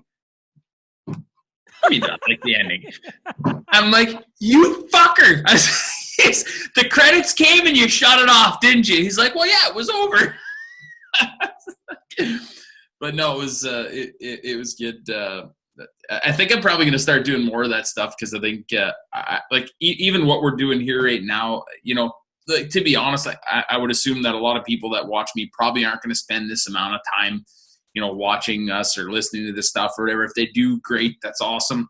But like, I think the thing is this kind of interaction, even if you want to call this interaction, I mean, I'm talking to a computer right now, but this kind of thing's, I think, maybe an important thing to include for your fans a little bit, kind of thing, where even just at the end of a video, be like, you know, have a couple of blooper rolls, be like, you know, because I do have bloopers, believe it or not, and some of them are legendary, which I need to start saving them. But, you know, have a couple of things and just be like, you know, hey, here's what's going on. Here's where the merch is at. And, you know, this is what's coming up next week kind of thing. Or I don't know. Yeah, there's just so many different routes you could take things at and so many more. You feel like you're on the inside of a joke. Yeah, is the best. Absolutely. You know, my favorite, and don't judge me on this. I don't even give a shit. I in college, I liked How I Met Your Mother, the little short 30-minute sitcom. Yeah, and man. what I appreciated about that was if you watched it from start to finish, after about the first season, they had these inside jokes that ran the entire 9 seasons of it. That's killer. Yeah. And they never explained it unless you watched it in the first little bit. They never went back and said, oh, this is what happened. You had to literally watch it. Yeah. I was like, that is brilliant. That is absolutely fucking brilliant. Yeah. And what you do at the end, and I don't know if it'll work all the time, but if you have it where, like you say, all of a sudden you have like a little snippet at the end, you just kind of feel like you're, I paid attention. Man. You're on the inside of something really cool. Yeah, you know, absolutely. I for the 100th, I did it, and I didn't tell anyone I was doing it. I just said, good for you. Yeah. I wonder if people will actually stay and listen, right? Like, it's just, you know, we'll just leave it alone. I'm not gonna advertise it. Let's just see if it goes. And shit, it was pretty cool, right? Like, people just reach out and they're like, well, is it this guy? Is it this guy? I'm like, oh, I guess people are actually listening. Straight up, man. Yeah, and that's like, I think that was one of the things I put in there is if you're sticking around, you're a hardcore Quick Dick McDick fan, and like, it's hilarious because off the start, there's a whole bunch of stuff in the comments where people would just be like, hardcore. That would be it. That would be their comment. I'd be like, what the fuck is everyone talking about? And I was like, I know what they're talking about. Then I had to go back to all those ones and be like, yes, you're hardcore. Right? Whoops. Yeah. But, yeah, man, there's just so many different things to do, and there's so many different things that I want to try and cover and do. And I think the coolest thing when I was talking to Leslie and Rob there on the What the Farm podcast there, that was actually really interesting. What I got back from them was that they said you always have us guessing. Like, we just never know what next week is going to bring, you know? And I'm really glad, and I really hope that's how everybody feels about it, is because that's what I try to do. And when you hear some positive feedback off something that you're trying to accomplish with it, you're like, okay, like maybe I'm in tune with a lot of the people that are watching this stuff, right? And that's important to me. Like, I want to be able to deliver content that people are going to be able to relate to, feel good when they watch. And then, yeah, like, I got some really cool ideas coming up of what I want to do that I think when people watch it, they're going to be like, what is happening right now? But I think that's kind of the fun thing, you know? When me and BMA did that battle of the thermometer one, when we turned it into kind of a, like a game show or whatever, like, everyone just roared over that. And I was like, that's awesome. And like, I kind of want to keep little shitty jokes like that coming all the time, just to, keep it fresh, right? Because eventually you just get tired of the same old thing, right? So, well, the world just seems to bring you fresh ammo every single. I mean, there's no shortage, man. There's no shortage, right? And your videos are very bang on in the fact that you could probably beat a dead horse for 30 minutes and you do it in 10, and it feels like, oh man, like, this is ridiculous. But is it pretty cool to work with to have your dad as one of the stars in it? Oh, it's amazing. And like, that's I've said this to a few people before, is it's kind of like a new way for him and I to interact, which we've never had trouble with before. But a lot of the time when you're kind of our age or whatever, you're sitting down, you just kind of have a beer with your dad and joke around, and then it's all good and you kind of go. But like, I remember as a kid, like, my dad was my hero all the time, like all the time. And, you'd watch him. I'd sit for hours in the barn and watch him shoe horses and try and, learn by watching what he was doing and stuff. And there's just so many things that he was good at. But I remember there's one thing that really stands out in my mind. Dad would never stop and like work on like kid projects with us, or show up at the swimming pool when you were having a Father's Day thing or whatever. He was always gone working or whatever, right? But there was one time he took some time to build us swords out of wood in the shop. And like, I just remember this being it's everyone's got those things that kind of stands out. P.S. to anyone out there listening, I never take a day for granted that I get to spend with my dad, because I know I'm lucky enough to still have him in my life, right? There's a lot of guys out there that don't. So this has kind of become our wooden sword kind of thing, where like, I really get pumped up when I'll come up with an idea and I'll be like, hey man, we should do another tough null at 10, or I'm doing this one and this is kind of what I'm thinking. And we'll start joking around, and it turns really fun. And then he'll come up with an idea or come up with something, and like, we'll just kind of both piss ourselves laughing and be like, that's perfect. You know what I mean? And it's just a really, really cool way to interact with him. And funniest thing ever is that like, I had my mom in one of them once as a silhouette kind of thing or whatever, because the joke is that Quick Dick's mom's not approve of anything that he does. And we were chatting here the other day, and she was like, oh, that was a funny joke. I was like, does that mean you'll do another one? And she's like, I guess we could do another one. I was like, nice. You know what I mean? But it's just, I don't know. It's just kind of a fun way for us to hang out and not just sit around and talk about, who has babies and who's married and everything, and what my major malfunction is. You know what I mean? So it's a real nice conversation change kind of thing, right? So, but yeah, it's really cool to be able to interact with him and hang out with him and laugh with him, because he's a funny guy, and like, he's kind of where all three of us boys get it from. And this kind of gives him an opportunity to showcase it a little bit, right? So it's good. Like, there's nothing really bad coming out of any of this stuff, So, well, it's I've had my father on the podcast once. He was guest number think number 2. I think I was, I've been a big Would have guy. been cooler if he was guest 69, but anyways, just because then you just could have just ground his gears forever on that. You know what I mean? Hey, Dad, remember what number of guest you were? Say it for me. You know what I mean?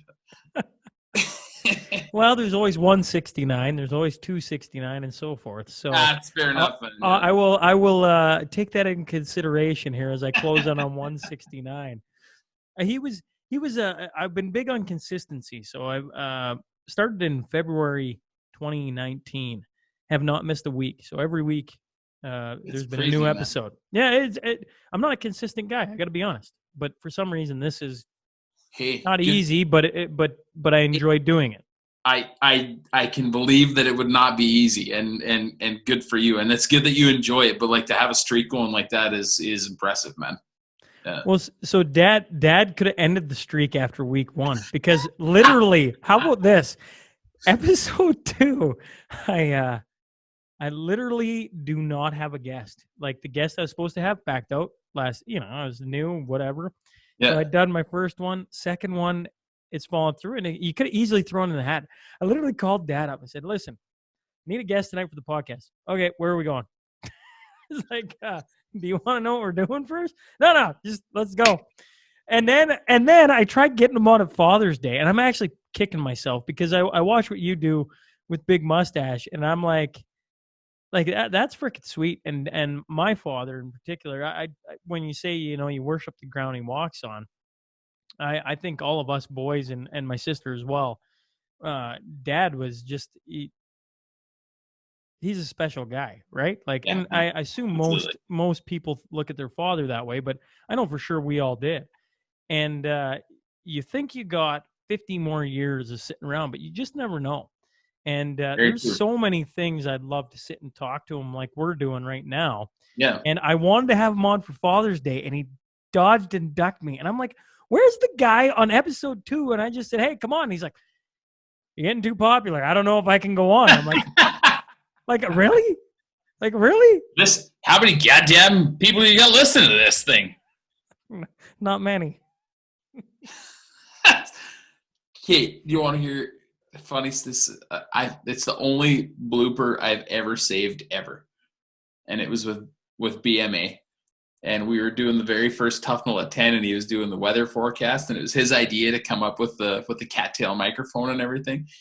We are out in the cutting block where we cut firewood in the middle of nowhere in Saskatchewan. There is me, him, possibly a coyote, and maybe a moose somewhere off. That is the largest audience we possibly have, right? So I've got this phone, and he knows how it works. We tape it, then I go edit it. Everything's all good. And we talked about how we were going to film it, and his line was, "It's winter in Saskatchewan. What do you expect?" Right? That's his weather forecast. Okay. So okay. It's winter in Saskatchewan. He's looking at the ground and he's pacing.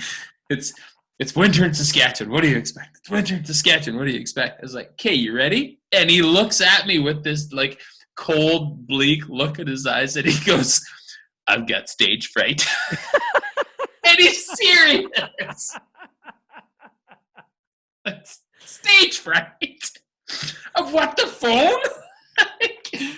But that's like example 800, and like you say, it's funny, like how our dads can get to the point where they're just like, your dad's like, well, how many people are listening to this thing? Yeah, I don't want this many people listening to me, you know what I mean?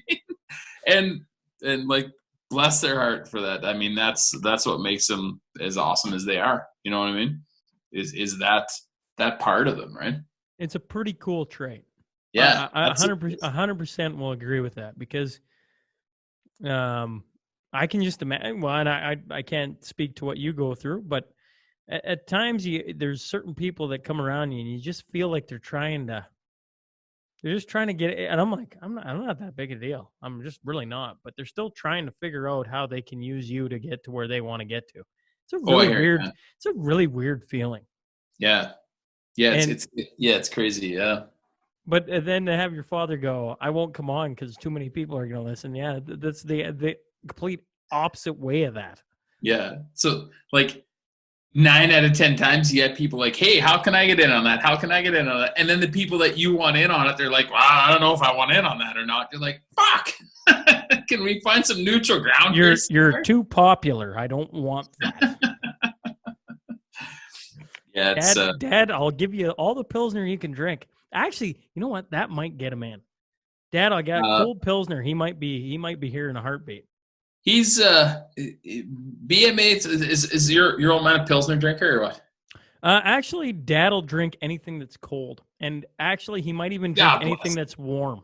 So, I literally, when I sent you the message about the air conditioning breaking down, I'm literally I take the wife and I take the kids out to my parents' house out on the farm, and I go to Mom. I go, so where's Dad? Oh, he's out hanging, and I'm like, oh, all right. So I'm sitting there, and Quick-Fix got a video. I'll sit and watch, and it's talking about their AC breaking down. And I'm laughing. I think it's funny.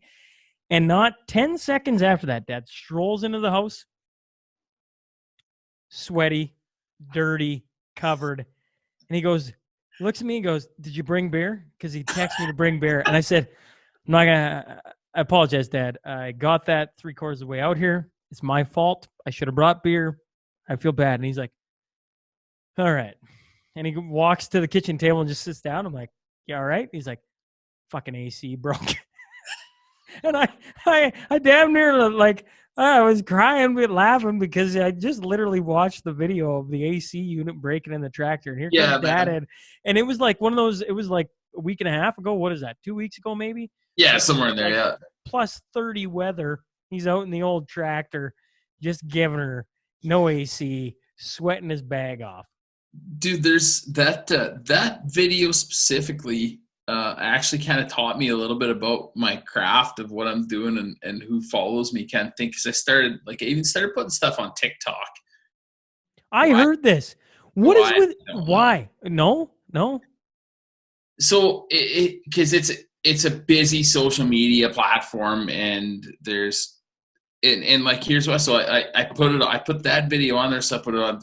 It's ridiculous. You spend like an hour in the morning, so that goes on Instagram, Facebook, Twitter, now TikTok, Snapchat, all this stuff or whatever. You're just like, ugh.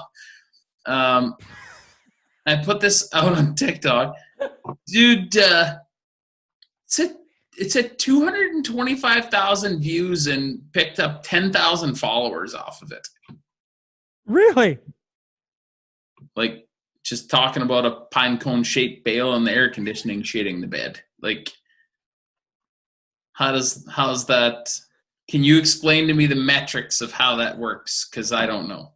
I need to get on TikTok, obviously. Because as far as I'm concerned, the trim your bush one was funnier, or but for some reason you just get those ones that hit, and I don't know how it works, but like, I don't know. I just feel like what I learned about that one is that people, like, you tame the swearing down a little bit. So there's a few church groups that'll share it and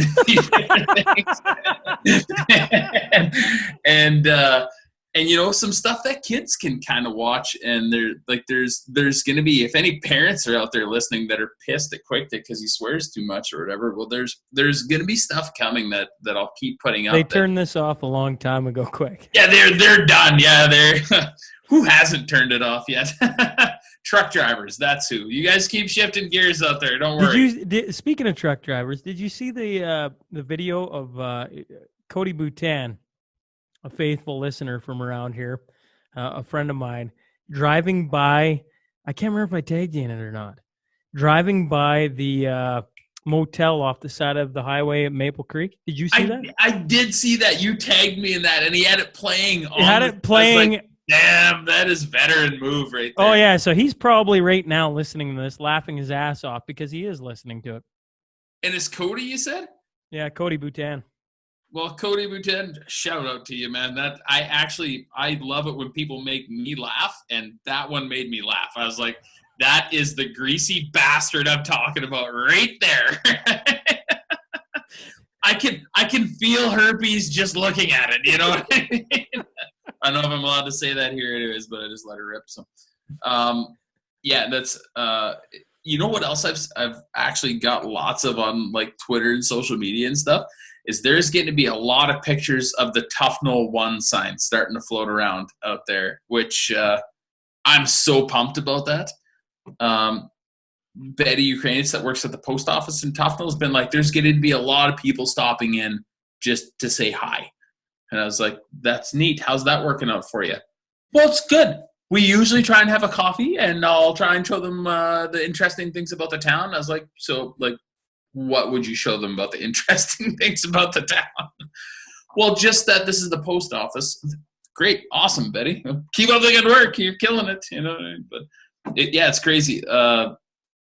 Where is this gonna go for you? I have no idea, man. That's I never would have thought. Where do you honestly, the TikTok thing surprised me because I've stared at TikTok for a while and I'm like, you just did what you listed it off. That's why I find it so funny, right? Twitter, Snapchat, Facebook, Instagram, like it just hurts my brain. I don't care. The only reason you do it is because you want people to understand that you're out there. And if there was a better way to do it, like just put a poll up, and if people could just find it, fine. Yeah. So here's a crazy thing that I'll tell you, Sean. And this is we maybe should have done this before everybody stopped listening at the start of this or whatever. But Here, one second, I'll stop you right there before you tell me. Here's a cool stat. Okay. The average listens on my episodes. You want to know this crazy stat? Oh, hit me. The average listens is the entire thing. Shit, good for you, man. That's awesome. So I don't have. I got to be honest. I don't have the following, the quick dick or people, other people. But one thing is, and Rod Peterson said this to me. The voice, the former voice of the Saskatchewan Roughriders. I'm like, I need to say that, but anyways, and he sent me a text after we were done a week after, and he said, "Man, you got faithful listeners." I didn't quite understand what he meant, and then I stumbled upon how long people listen, and they listen all my episodes. Everybody listens to the end.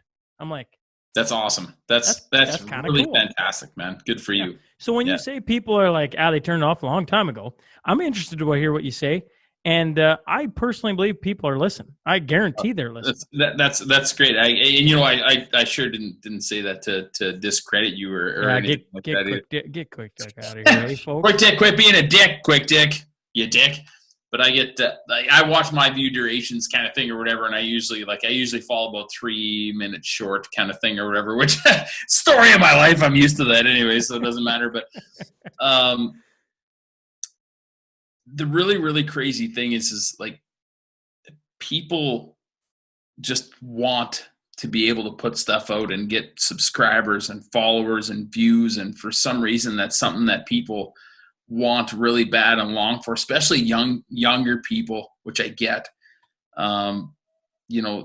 Kids just love being able to get onto a quick dick because they're going to be like, well, so many people are going to see my videos. And that's anybody that I have, any kids that I have on Quick Dick, we have a very serious conversation before we do an episode and of the risks involved in putting yourself online and that YouTube's not a thing that you're going to grow up and do and make a living out of. Like, that's just not what it is. You need to have a career, you need to have training, or you need to be able to farm, or you need to be able to do something. And if you want it as a side hustle and you think you can make it work for you, well, I mean, by all means, go give it a whirl if that's what you want to do, right? The craziest thing about what I have going on is like what I said earlier is true. Is I couldn't give two shits how many people subscribe to my YouTube channel. I couldn't care how many views I get. I couldn't care how many followers I have on TikTok or any of this stuff. I care that people can just laugh looking at it. And that's why, like, I'm not a guy where you'll see me running around being like, hey, subscribe to my channel or do this or do that or whatever, because I'm not in this to make a living at it or to make thousands or hundreds of thousands of dollars. So you should know best too. You really don't make that much off YouTube. It's kind of a joke actually, but it's just not what it's about. And it's embarrassing, but I didn't realize there was comments on TikTok until I fucked around with it for a little while, and I was like, holy shit, people are commenting on all this stuff. But then I started rolling through it, and there's people that are being like, hey, this is really funny. I needed a laugh today. I found Saskatchewan TikTok, and I love it, or whatever. And you know what? Like, if you can connect with people on that level, and just, that's why I put it out to TikTok, and that's why I put all this stuff up on Instagram and Twitter and all these other places, is because everyone's got their social media niche that they've picked, and that's the one that they stick with.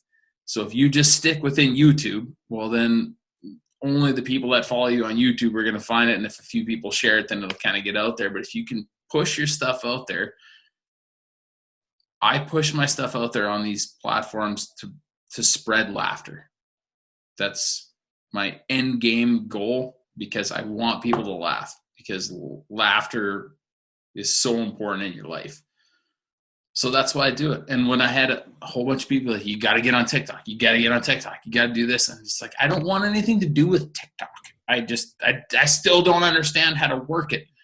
But like, all of a sudden, if you've got 250,000 people that have laughed at what you're doing, I'm okay with that.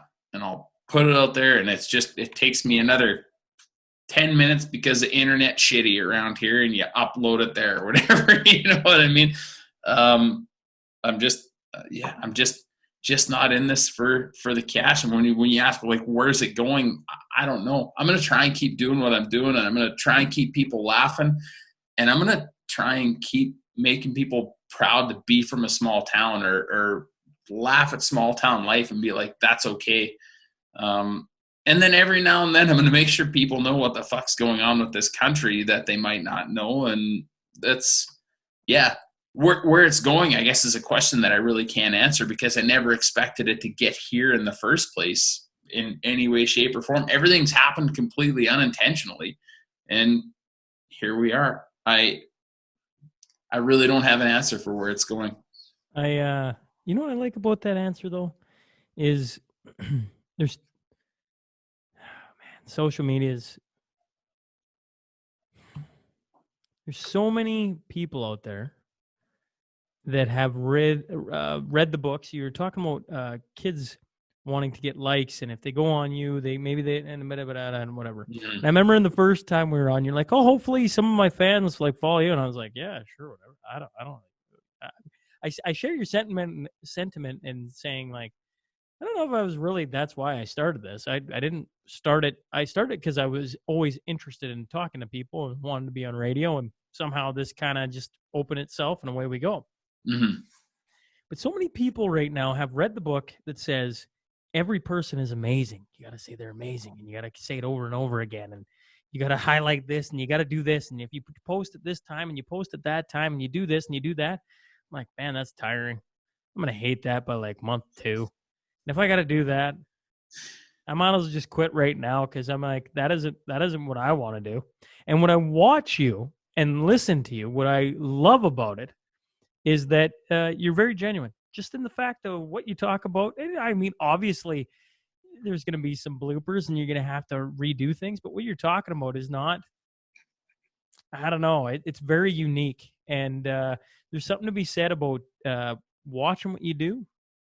And it's like, it's not trying to sell me anything. It's just entertainment, like good, clean, fun humor.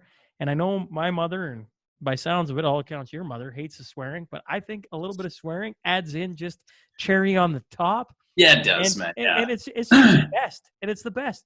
And, you know, I mean, I think it points out how well you're doing when, you know, it wasn't the plan. And yet here you are, so successful.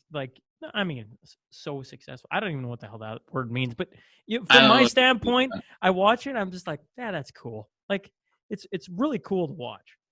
I appreciate that, man. And that's, I've had a few people ask me, be like, you know, what if, like, do you get what was it? Do you get depressed after, like, you put up a video and then all of a sudden people stop commenting on it and stuff like that? And like, I am looking right at you, man, and I'm going to be perfectly honest with you. If this all went away tomorrow, it just wouldn't affect me. Just be like, oh, you remember that time when I was on YouTube? Yeah, that was neat. What are we doing now? Well, we need to castrate 10 bulls. Is what's happening now. And then you just go and do that, because it just like, I think that's the thing, is it's who I am is what goes out there, and that doesn't change from day to day. I haven't changed who I am or how I interact with people, like the, and I guess I still just kind of do this for my community, and there's a lot of people getting onto that bandwagon and watching it and laughing with me and my community and friends around here, which is fantastic, you know. But like if YouTube went away tomorrow, it'd be fine, because I still have fun with people around here, and that's kind of the more important part of life than it is of who's entertained by you online, right? Because it's more real. It's not more real. It is real. It is like real around here, right? So, and it's kind of neat when people are like, man, I really would like to go work with that guy for a day and see what it's like. Well, I can promise you it would be fun, because I like to go have fun in a day. And even when you're shoveling shit out of a trailer, you can still have fun shoveling shit out of a trailer. Like, I mean, it's just a matter of your perception of life, right? And yeah, just it'd be really cool if you can just keep pushing people towards looking at that perception of life and being like, no, it's okay to have fun doing this. You know, you can still be serious and have fun at the same time, right? So yeah, it's been crazy times, and there's lots of things going on. I'm learning a lot more about clothing than I ever wanted to ever in my life, and that's really strange. With this whole merch game, and sourcing stuff out of Canada is not easy, and I will continue to do it because that's been an actually interesting side thing on this. And the other interesting side thing is, like you said, with not trying to sell people something. I've had a lot of people approach me looking for advertisements, and and it's just something that I haven't done to a certain extent, and I want to keep it that way. And when people do come to me and they want to advertise products and stuff like that, like I'll be like, okay, well, that's neat. Well, why don't you send me where it's made and how you make it and what you're about and your story and everything, and maybe I'll get back to you. And there's a lot of times where I'm just like, hey, I'm not going to be a guy that's going to go on and just be like, hey, buy this Borgo 1100 grain cart that Quick Dick's pulling here or whatever, right? It'd be like, well, what? The day might come where there'll be something in the background that somebody has brought, and that I'm going to be like, at the end of my video on the end rolls, I'm going to be like, hey, shout out to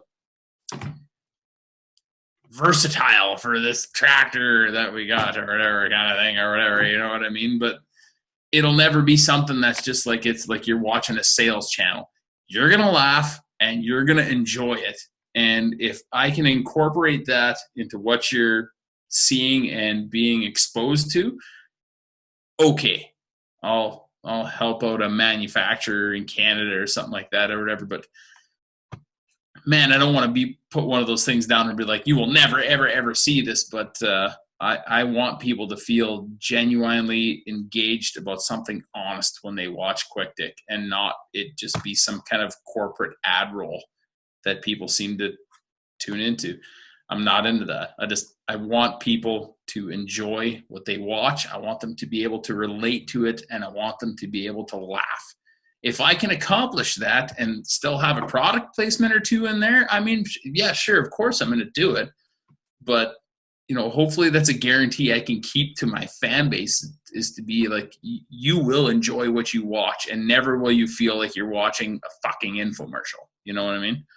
the only thing we might disagree on is that a little bit. And I agree exactly with what you're saying. You don't want an infomercial, meaning, hey, welcome to whatever beer. And Yeah. every time you pick it up, I get that.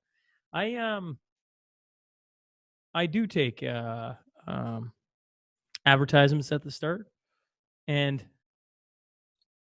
my theory is, if people like what you do and want to advertise, well, and I'm in a little bit different situation there, it justifies a means, meaning my time away from my family and wife eventually has to be It's got to be worth something for you. It's got to be worth something. But so, at the same time, yeah, I'm a I'm a I'm a I always bring up Joe Rogan because I really, really, really like what he does. You don't have to love you Joe should. Rogan. I do too, man. I'm a huge Joe Rogan fan, and like What he does is he I don't doesn't listen to a lot of his podcasts either, so don't feel bad. Okay. well what he does is he'll do anywhere between 4 minutes and like 9 minutes of ads right at the start. But as soon as he starts talking like we're doing, then nothing. And I love that. And to me, I'm like, that's perfect. Like Yeah, I think there's an art in that. You want to advertise at the end, the start, great. Middle, no. What yeah. we're doing here is something special, and I want people to. You talk about when you don't want to have something just slide in. I get that. That to me makes a lot of sense. Mm. But if tomorrow you said, you know what, I just it's a time consuming thing, and for whatever reason I just can't do it. If somebody walked in, New Holland walked in, or John Deere walked in, and said, "Here's $100,000, quick, Dick. We want to be at the start of your ad and say, hey, it's brought to you by John Deere or whatever." Now, whether or not you wanted to do it, if that got me more quick, Dick, but it didn't impose upon the actual product, I gladly take that. As a viewer. You raise a very good point, Sean. Actually, and there's one thing I'll say is whenever anybody watches Quick Dick, there's pre-roll ads of the shitty stuff that you get off of YouTube. Yeah, that's right. It's a joke. Like, YouTube's a joke, and here we are on it. You know what I mean? Probably just got taken down. We just got taken down. So come over to Apple Podcasts. Defund Quick Dick and Sean Newman podcast. They're both done, never to be seen on YouTube again because Quick Dick just can't hold his mouth. Yeah. So what you say is 100% right. I mean, I don't do mid-roll ads. I don't do any of that stuff because it pisses me off when I watch them or whatever. Right. So the crazy thing when I did that talk about shit video, I just got a full, what I thought was a full line of merch in that was ready to go. And I wasn't like, I couldn't seem to be able to connect with everybody that would watch my stuff. And I'd get questions all the time, be like, where can I get one of those hats? Where can I get one of those hats? And I've never been even the kind of guy that would like push my website out and be like, here's where you can get all of my hats and everything. I just put it nonchalantly in a few places. And I was like, no, I need to tell people where they can get this stuff because they want it. And like, I'm not selling merch because I want to sell merch. I'm selling merch because people are like, hey, where can I get a Quick Dick hat? I'm like, you want a fucking hat that says Quick Dick? Okay, I'll see what I can get together here, right? So I put that out there, and like the shit was like gone instantly. Snap your fingers, and I was like, holy shit. And I guess the way I did it is I did it so that I felt like I was delivering something funny to somebody about washing a hat or caring for your hat, which I think as a farmhand is like, that's a big thing. Like, how do I clean this fucking thing that's on my head? It's greasy, it's sweaty, you know what I mean? And the question that came to my mind when you did it was, because I've never done that, I've always done the dishwasher trick. Does that actually work? With the shower one? Yeah. 100. It's the only way I've ever done it because the dishwasher's even wrecked a few of mine. The washing machine's wrecked a few of mine. Oh, you can't do washing machine. The only time I have never wrecked one is scrub brush on the head in the shower, and then you let it dry on your head. I've never wrecked one like that. And it gets it back to like looking sharp? Like amazingly well. You realize I'm going to try that probably tonight. I want to know how it works for you too, because I don't want to promote something that doesn't work. But it's been crazy. And I guess, I can't say that I'll never, like I said, I can't say that I'll never have paid promotions or stuff like that going on, but I just want it to remain organic for viewers to see. Like, don't get me wrong, I'll still use glyphosates and all that stuff in my videos or whatever, right? But when I say organic, it's just organic humor kind of thing. Right? I don't think you have anything to worry about. I don't think you have anything to worry about. I honestly don't.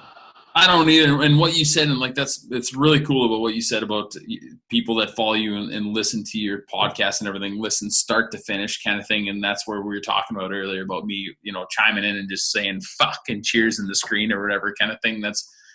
There are a lot of hardcore fans out there, and those are the ones that I want to connect with the most. And I think a lot of them that have just ordered stuff off my website or whatever. It's just like, hey, we're trying to support you, which don't. I just want you 100% though. Yeah, I just want you to get a shirt if you want a shirt. Like, don't feel like you have to. You know what I mean? Like, everything's going to be fine if we don't. But, yeah,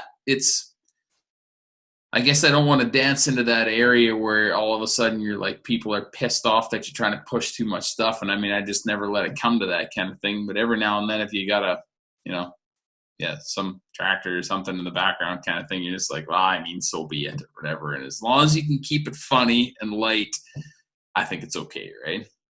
I 100% think it's okay. I know there's going to be the purists that say, you can't have anything, blah-de-da-de-da, as I sit with an SNP sign behind my head, and I'm like, and you got quick dick behind your head, and that's all right. To me, that's okay. Yeah, there was there was one guy, I don't know why I just thought of this, but there's a comment that came out after I just put my website that I just finished getting built and stuff, and it was in like the end of the credits. Like no video, no nothing. It was just in the end of the credits. For Quick Dick McDick shirts, visit quickdickmcdick.ca. And some guy just unloads in the comment section of, oh, just another guy trying to sell T-shirts and do this, and I'm homesteading, and I'm building an off-the-grid house and all this stuff, and I hate money, and I'm unsubscribing. And I just messaged him back. I was like, well, thanks for stopping by, friend. Next time you're in Tufnell, Quick Dick will still buy you a beer. Good luck with your off-the-grid house. People like it's going across the Peyton Ferry today. Going across the Peyton Ferry today. Love the Peyton Ferry. And the lady goes to me, it's kind of cold. So, yeah, it's kind of cold. Feels like fall. Yep. What the hell? 2 days ago, I was complaining it was too hot. I said, yeah, people just love to bitch. And isn't that, no matter what it is, people are always just going to bitch. Don't matter. It don't matter what it is. We need something to bitch about. We need to stop this conversation right now because it's like you're looking at the job board for upcoming Quick Dick videos here right now. And this has happened in a few situations where you get going on something and I'm like, are you like just trying to fuck with what I have coming up or what's going on here? Well, perfect. I'm glad I'm hitting on it. Well, why don't we go in? I've kept you long enough. There's a reason why you were the top video, I think, in the first 100. It's been fun to have you back on for what is going to be episode 104. Oh, cool. And, here's my favorite number, so that's neat. Hey, there you go. I guess it was meant to happen, meant to be. Who knew? Right? Let's go into the Crude Master Final 5. Just 5 quick questions. You've done this once before. I've tried to bring you a few new ones this time, so we'll see. Oh, dang. Okay, let's roll. Well, we started talking about it right at the beginning. I didn't think this was going to happen, and I see it as my question 1. But if you were going to recommend or wanted to pump the tires of one Sask band or artist, who would it be? Sask band or artist? Yes. Yeah. Well, yeah. I guess we kind of got through that, but like, I'd definitely throw Coulter Wall's name in the ring. Have another vodka there, big. Yeah. So let's get another provincial, and it shouldn't be that big of a deal. Let's get Coulter Wall. He's a kind of Wall guy. Whatever. Yeah. Coulter Wall. He's really good, great Saskatchewan artist. So that's artist, and then I mean, if I had to go with a band, I mean, I'm a pretty big fan of the Dead South too. They're really really good. South, man, yeah. They're super good, great, just a great feel to a lot of their music, and a little more. A random story about the Dead South. I have one tattoo on my body, and the first time I ever heard the Dead South, Skinny's here in Lloyd, he was like, pick a song. And so we went back and forth while he tattooed me picking songs, and that was the first time I ever heard Dead South. And I was like, and these guys are good. Oh yeah, they're so good, man. Yeah, they're really good. But hey, like there's in like mainstream country and stuff too. There's Tennille Arts out of Weyburn and a few people. She's such a good singer. There's there's a lot of great Saskatchewan artists, but I would go with Coulter Wall and then Vert Group Dead South. Cool. If you were gonna, you become a bit of a social media guy. You're a YouTuber. You're a TikTok now. Who is a guy or girl that you follow that makes you laugh? Holy shit.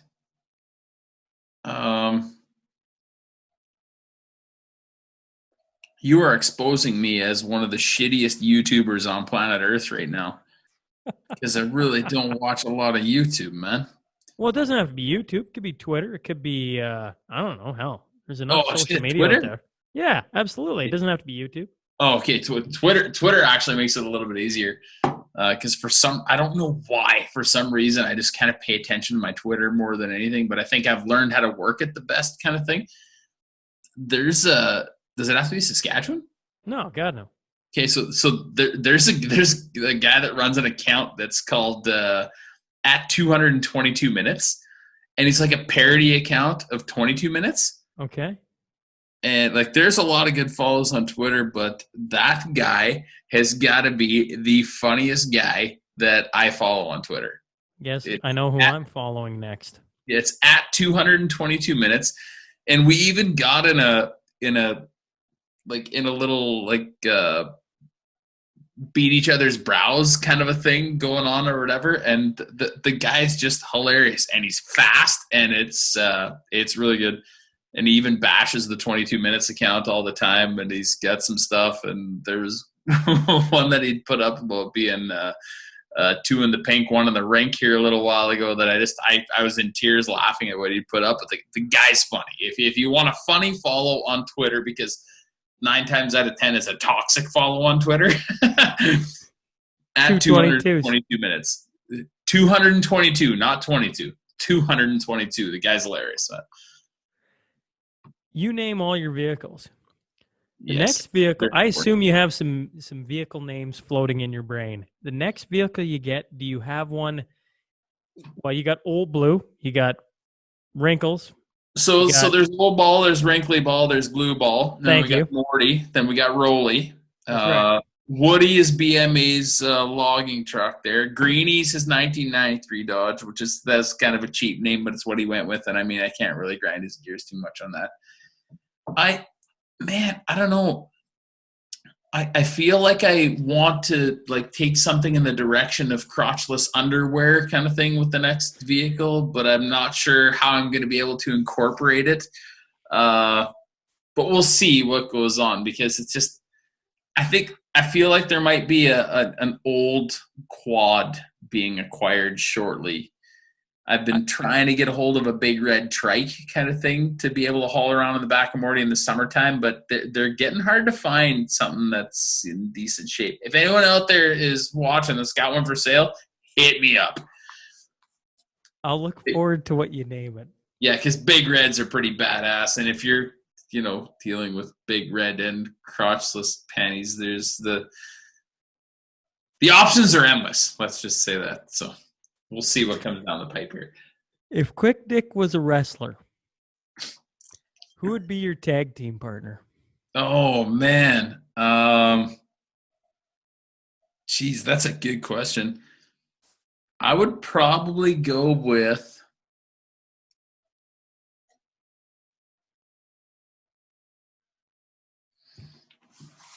Oh, that is a tough question. I feel like maybe, and I'm not trying to go mainstream on everybody here, but I feel like I would go with the Ultimate Warrior. The Ultimate Warrior? Because he'd spend more time talking to his hands than he would talking to you, so it'd be like there'd be a little bit less conversation to be had. And he wore the frills good, you know what I mean? And I'd hope that I could match the frills, except I would have the beard mustache colory frills kind of thing and probably talk to my hands less. But there's Roddy Piper, there's a few guys that were pretty King Kong Bundy, they were some of my favorites, but I was a pretty big Ultimate Warrior fan. So what I can assume is I was like, I wonder if he's a wrestling fan. Fuck it, I'll put the question in and we'll see where it goes. What I can Hey, assume then is that you watched wrestling growing up then. so growing up as a kid, yes. I mean, yeah. What was up with IRS, Erwin R. Shyster? Like, was that really a wrestling guy? Like, how is that even a thing? Who came up with that? They should be defunded. He was Because fired that was the immediately. worst wrestler ever. Just saying. That's my toonie on wrestling there. Right? Final one.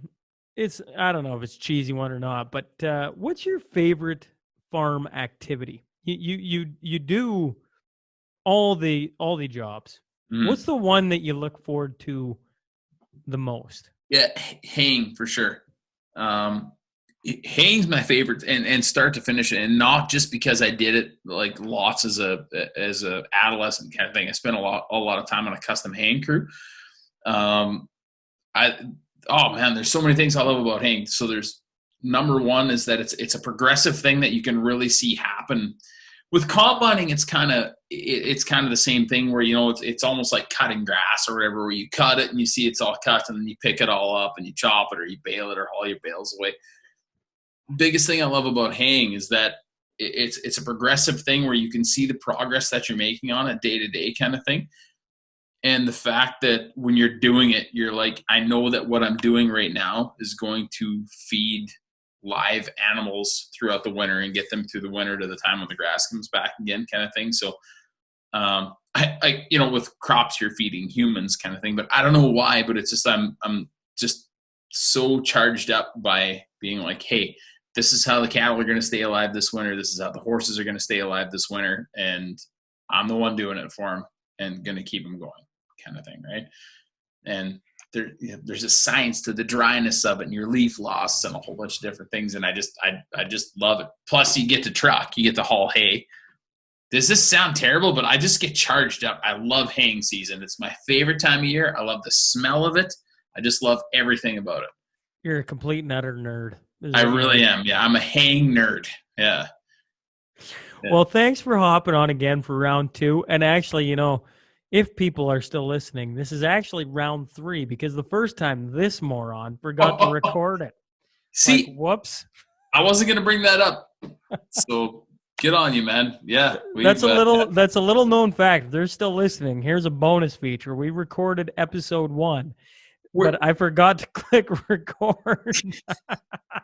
Okay, where did this cockiness of everybody listens right to the end? And now all of a sudden you're like, if you're still listening, you're like, what is going on here? All of a sudden, oh no, everybody's you throw that one in at the end there when people might not be listening. No, yeah, it's been a great pleasure, Sean. Thanks so much.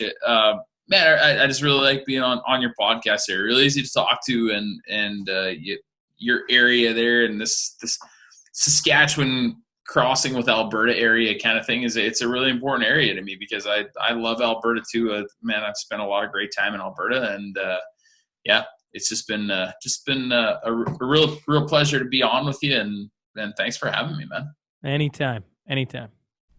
Hey folks, thanks again for joining us today. If you just stumbled on the show and like what you hear, please click subscribe. Remember, every Monday and Wednesday a new guest will be sitting down to share their story.